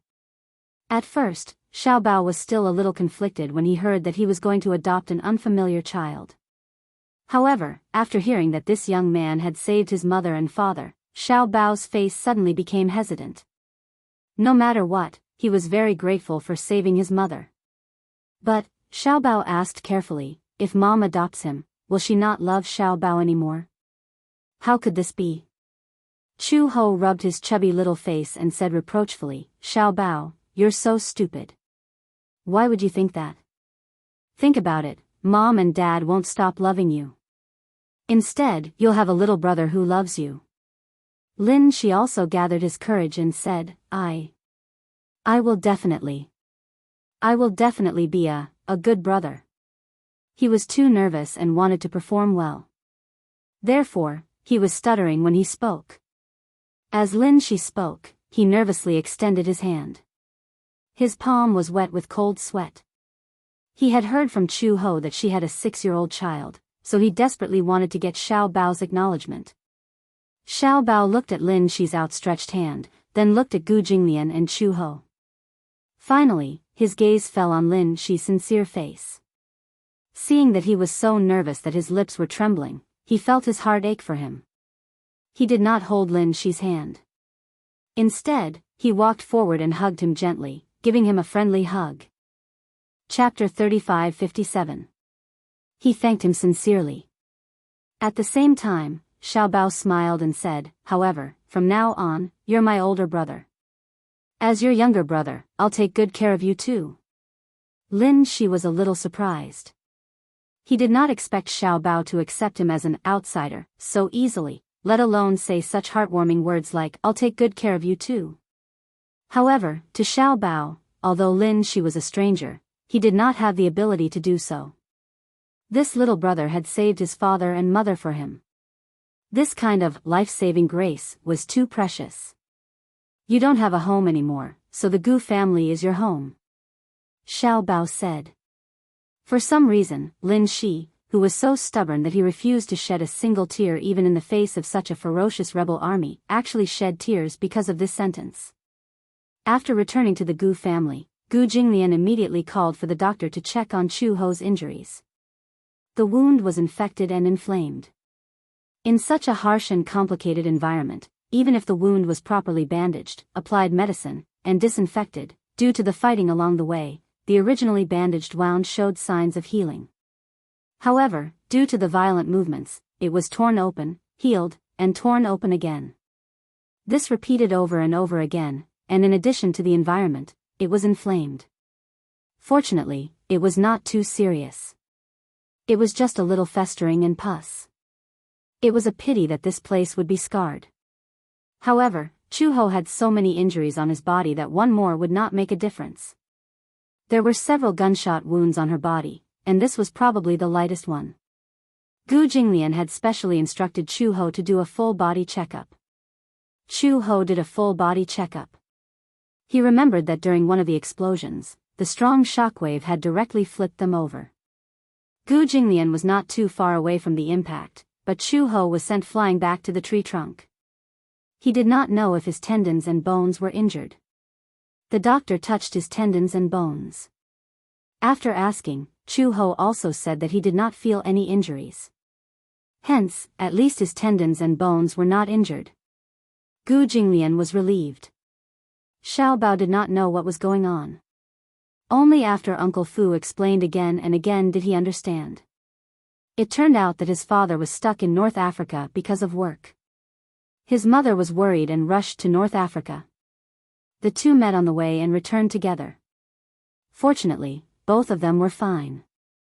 However, Gu Jinglian knew very well that if it weren't for Chu Ho's tacit cooperation, he probably wouldn't have been able to get out of North Africa in a short time. And this was the most optimistic scenario. With Chu Ho's injuries, he probably wouldn't be able to get out of bed for at least half a month. She applied the medicine and lay down. The doctor examined Lin Shi and Gu Jinglian again. Gu Jinglian only suffered some superficial injuries. In the end, it was nothing more than a dislocated ankle, but he reconnected it himself. The doctor repositioned it for him. Other than that, he was fine. Lin Shi suffered more injuries, but most of them were superficial wounds and not too serious. The trip to North Africa was a thrilling one. Fortunately, they were safe. However, during the half a month that Chu Ho was bedridden, Uncle Fu discovered something very strange. His master actually knew how to take care of someone. During the half a month that Chu Ho was bedridden, it was difficult for her to move around. She could not sit up very well. Occasionally, she would turn around and need someone to carry her. Chapter 35-58. Now that he was bent on recuperating, he could not be too reckless. He had to be careful in everything he did to avoid affecting his wound. Uncle Fu originally wanted to hire a nurse, but Gu Jinglian rejected it. When he asked for the reason, he refused to say anything. It was only when he passed by the room in the middle of the night that Uncle Fu saw Gu Jinglian turning over with Chu Ho in his arms through the crack in the door that he suddenly understood. It turned out that the old master was worried that the nurse would be clumsy and wanted to take care of him personally. Gu Jinglian usually did not do any chores. Other than work in the Gu group's matters, he was like a shopkeeper who did not care about anything else. Not to mention taking care of an injured person, he would not even know how to wash the dishes. He did not do any chores and had never served anyone like this before. However, in the past half a month when Chu Ho was bedridden, Gu Jinglian had been taking care of him. Chu Ho was also very surprised. She did not expect that Gu Jinglian seemed to have changed a lot after returning from North Africa. Even when facing her, Gu Jinglian still had his usual arrogant and cold face. However, he would accede to her every request. He even tried to wash her face and peel an apple himself. The scary thing was that when it came to taking care of people, he could not do anything else except peel an apple. He actually used a military knife to peel it, and the skin did not even break. How valiant. It was also an eye-opener for her. Gu Jinglian asked Uncle Fu to investigate a matter. Uncle Fu thought that it was something important, but he did not expect Gu Jinglian to ask him to investigate Muyaja's son, Yun Tianyu. Master, why are you suddenly asking about this child? Why? This child, Uncle Fu sighed as he spoke. This child is Yun Shishir's sore spot. Dead? Yes. Do you have a photo of Yun Tianyu?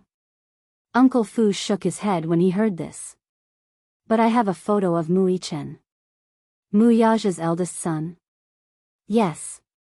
He and Yun Tianyu are twins, and they look exactly the same. Master, I'm a little curious. Why are you suddenly asking about this child? Because, Gu Jinglian said faintly, I met him in North Africa. Who? Uncle Fu hesitated for a moment before his expression changed. Could it be Yun Tianyu? Gong Fan. Gong Fan? You should know about the hurricane group. Gu Jinglian paused for a moment before continuing. It was hurricane group that took over Weyert. I saw a child who looked exactly like Yun Tianyu in North Africa, but his name isn't Tianyu. His name is Gong Fan. This, Uncle Fu was also speechless. He felt very strange. Yun Tianyu was indeed no longer around. Even after so long, Muyaja and Yun Shishir still could not walk out of the shadow. Yun Shishir, in particular, was still very upset. Yun Tianyu's name could not be mentioned at all. It was Yun Shishir's biggest pain in her heart. Uncle Fu asked hesitantly, Master, are you sure? A dead person can't be brought back to life. Are you sure you're not mistaken? Gu Jinglian was also a little hesitant. He was also a little skeptical. Do you think there are two people who look exactly the same in this world? Chapter 35-59. Gu Jinglian furrowed his brows. But what? Uncle Fu said, it's just that it's impossible to say that they look like they're made from the same mold. Even if they're twins, they look different. Gu Jinglian furrowed his brows slightly but did not say anything. Forget it. There's no need to get involved in the Mu family's matters. This is their family matter. Uncle Fu sized him up and suddenly said carefully, Old Master, ever since you came back from North Africa, I've noticed that you've changed a lot. How have I changed? You've become gentler. Uncle Fu smiled and observed his expression as he said, when I passed by Chu Ho's room earlier, I saw you taking care of her so attentively. This is the first time I've noticed that you know how to take care of. Before he could finish his sentence, Uncle Fu saw the obvious displeasure on Gu Jinglian's face and immediately corrected himself awkwardly. Take care of. Gu Jinglian's expression softened a little. Uncle Fu then continued, Old Master would never lower himself to take care of someone in the past. This time, I feel that Old Master and Chu Ho's relationship has improved a lot. Why else would they say that a friend in need is a friend indeed? After all, he had gone through a life-and-death situation. Compared to the tit-for-tat between the two of them, it was indeed different. Gu Jinglian gave him a cold sidelong glance. You talk too much. Fu Bo tactfully shut his mouth and didn't say anything. He knew that Old Master was shy. Gu Jinglian stood up and said expressionlessly, She's injured, so it's inconvenient for her. His expression was a little unnatural. It was obvious that he felt a little uncomfortable. It's only right for me to take care of her. Uncle Fu cursed silently in his heart, what a prideful guy. Chu Ho woke up and lay on the bed, staring at the ceiling in a daze. When he had just returned to the Gu family, he had a high fever due to his wound being infected. It was only until last night that he recovered some of his vitality. Gu Jinglian suddenly pushed the door open and walked in. Chu Ho heard the footsteps and looked up. When he saw that it was Gu Jinglian, he lay back on the bed like a corpse.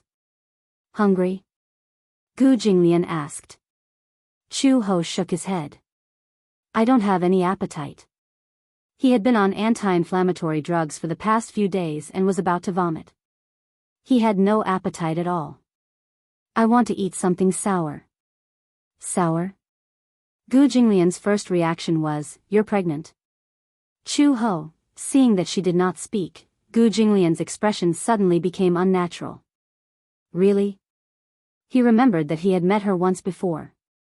What does eating sour food have to do with pregnancy? It's not like only pregnant women want to eat sour food. Chu Ho paused and said, "Don't worry, I took birth control pills last time." Gu Jinglian did not react at first, until he suddenly realized what birth control pills were. He came back to his senses, but his eyes instantly darkened. Birth control pills? From his tone, he sounded a little unhappy. He did not notice it and hummed in acknowledgement. "Why did you take this pill?" "Of course I have to take it. It's a critical period." Chu Ho said again, "It's so troublesome to be pregnant." Gu Jinglian's expression gradually darkened when he heard this. She said that being pregnant was troublesome. She actually felt that being pregnant with his child was a troublesome matter. Gu Jinglian's eyes